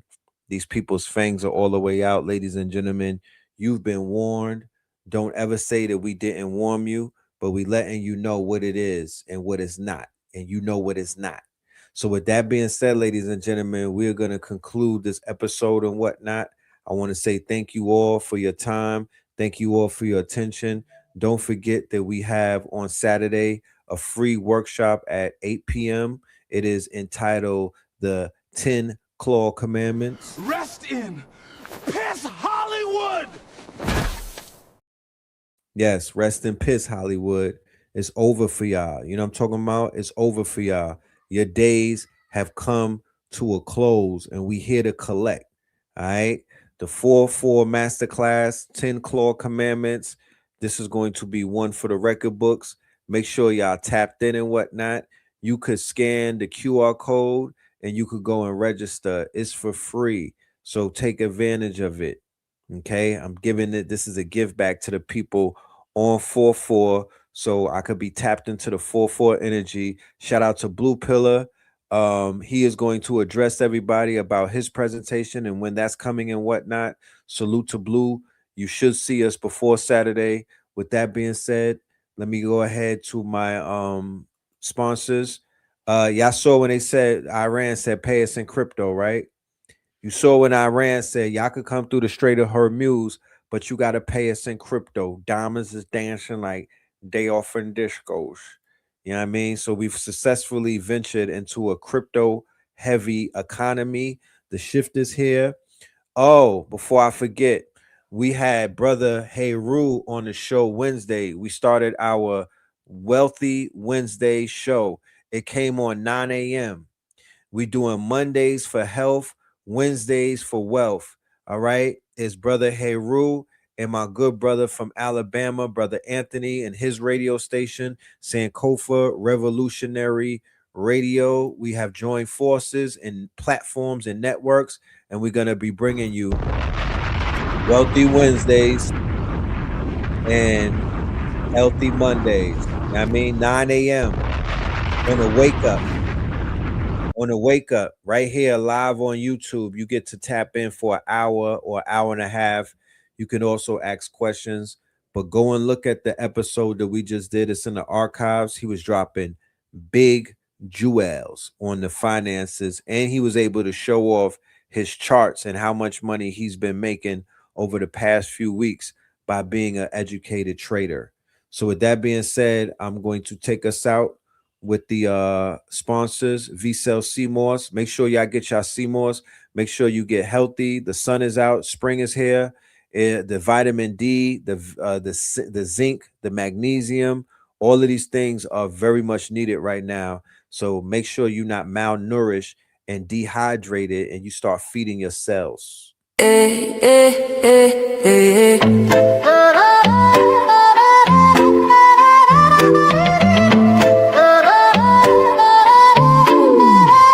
V-Cell in my cup, I'm feeling boss. 21 flavors powered by CMOS. Glow from within, yeah, we never fall off. Count it up, 99 minerals, flaws. V-Cell in my cup, I'm feeling right. Sip to the sunrise, dance to the night. From the ocean's kiss to your city lights. 21 flavors, pure health in every bite. Drip so clean, we're custom made. From reef to street, we elevate. Gold green gel, set the record straight. Nature in a bottle, that's a better way. Charge me up, no caffeine crash. Clean energy, steady splash. From skin to gut, yeah, we live from within. Wellness on 10, let the rhythm begin. Pour it up, pour it up. Feel the wave, body thanking me for every save. Ocean wisdom in this glass. V-Cell magic, CMOS. V-Cell in my car, I'm feeling boss. 21 flavors powered by CMOS. Glow from within, yeah, we never fall off. Count it up, 99 minerals, flaws. Island breeze in the city maze. We're mineral rich in 1,000 ways. Immunity high like the summer rays. Hydrate the hustle, fuel your days. Berry, mango, ginger, lime. Pick your flow, your flavor, your time. Beauty and balance, we redefine. Every little sip, align your shine. Wear it up, feel the way. Body thanking me for every sip. Ocean wisdom in this glass. V-Cell magic, CMOS. V-Cell in my car, I'm feeling boss. 21 flavors powered by CMOS. Glow from within, yeah, we never fall off. Count it up, 99 minerals, flaws. From the coral choir to the heartbeat drum. Roots run deep where the wild tides hum. Real ones know where the glow comes from. V-Cell in the mix now, watch us. Yes, yes. Shout out to V-Cell CMOS. Shout out to the V-Cell CMOS. All right. Salute to them. Salute to them. Let me see if I got this commercial real quick before we get out of here. Let me see.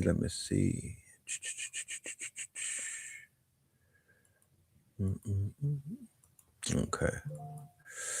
Man. All right. Shout out to everybody that's signing up and getting their tapped in to the workshop. I look forward to seeing y'all. Oh, here we go.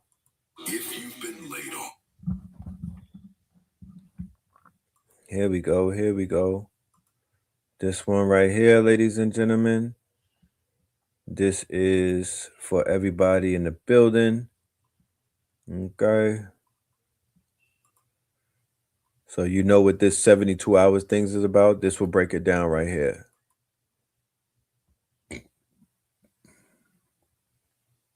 You've been laid off, passed over, or just tired of building somebody else's dream. Listen close, because what's happening right now in AI is not a trend. It's a transfer of power, and the window is open. There is a new class of operator emerging. They're not coders, they're not corporations, they're the designers, the visionaries, the builders who finally have a machine that matches their imagination. It's called the Claw Bot, and it doesn't just generate ideas, it executes them autonomously, on command, while you sleep. The agentic AI boom is here. Agents that write, build, publish, automate, and operate without hand-holding. And the people learning to command them right now. They're the ones who are going to own the next 5 years, not the ones waiting for a job posting, not the ones watching from the sidelines, the builders, the ones who show up. That's why we built the OpenClaw 72-hour boot camp. 72 hours to go from zero to operator. You'll build your first clawbot, deploy your first agentic workflow, and walk out with leverage you can monetize immediately. 3 days, real skills, no fluff. The revolution doesn't wait, neither should you. Link is live. Get in where you fit in. The evolution will be digitized. Yes, indeed. Yes, indeed. That right there is for the 72-hour workshop / boot camp that we have coming up. You could get access to that by scanning the QR code. Let me throw it up real quick. It's going to be right there in the upper left. Yeah, if you scan your phone over the QR code, it'll bring you to the Eventbrite, so you could be a part of the 72-hour boot camp. And we also have the workshops on Friday for the Imaginarium.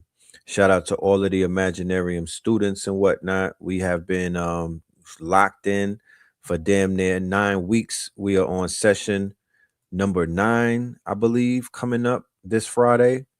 We're gonna have a special guest in the building, so shout out to everybody who has been supporting that. You know what I mean? Shout out to all of y'all. Okay. Yeah, so with that being said, ladies and gentlemen, that's about it. You know what I mean? Let me see real quick. Hold on. I did have one commercial.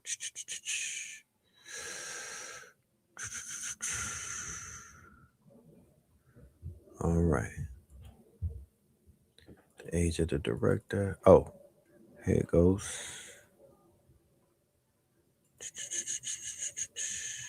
It's just the one. Let me see if this has the vocals on it.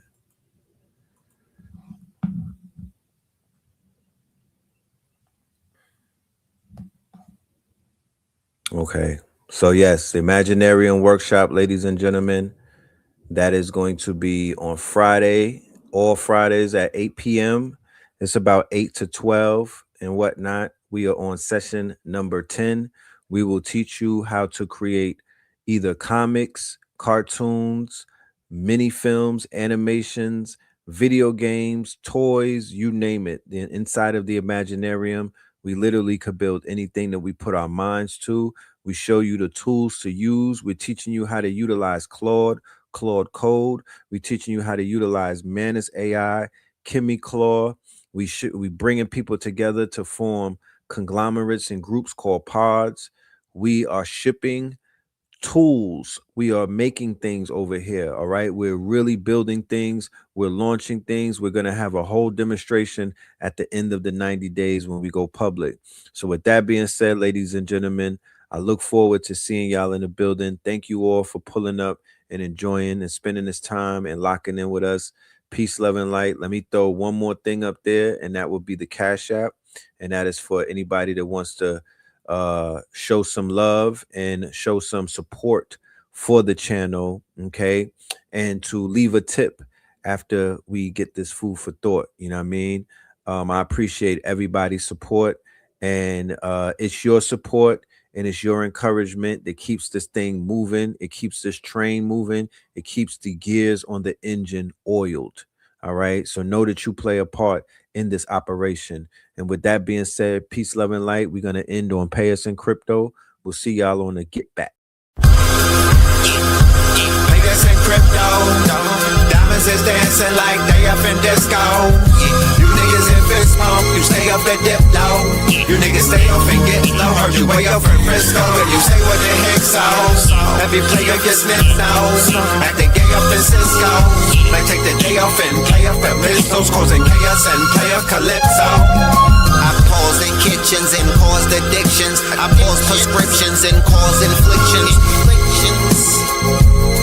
Lil Bixby playing in stores and bricks and on the dark web. You gotta pause every doors, cause encryptions. Tesla engines, pause the pistons. I seen every floor I leave sore and listing. For that action, they sponsored the Bronson. They was hooked on that shit like Johnson and Johnson. That freeway, Ricky Ross, straight out of Compton, straight out of Bumpton. Red on blue, violence in the land. The projection of the will, the perfection of the kill, the reflection of the pills. I'm a frontline soldier, I'm no doja. These crystals not from focus in crypto. Diamonds is dancing like they up in disco. You niggas in fist pump, you stay up and dip low. You niggas stay up and get low. Heard you way up in Frisco, and you say what the heck so. Every player gets snipped now. Acting gay up in Cisco. Might take the day off and play up at Pistols, causing chaos and play up Calypso. Hickory dickory down. Hit a lick, put the sticky in the box.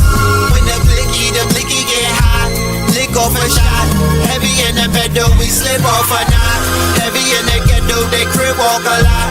Crib walk the crypto, lift off the stocks. Drips off the crystal and pots. Disco rods in the blocks on my chain from the crystal shop. In the light air, lift off the rock. Toe from the right chain on my block. White paint on my socks. White paint on my socks. Hickory dickory dock. Hit the lick, put the sticky in the box. When the blicky get hot. Lick off a shot, we lick off a shot. Pay us in crypto.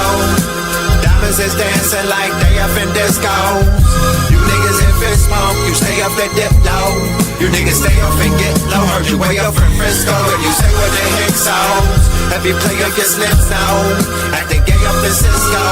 Might take the day off and play up at Pistols, causing chaos and play up Calypso.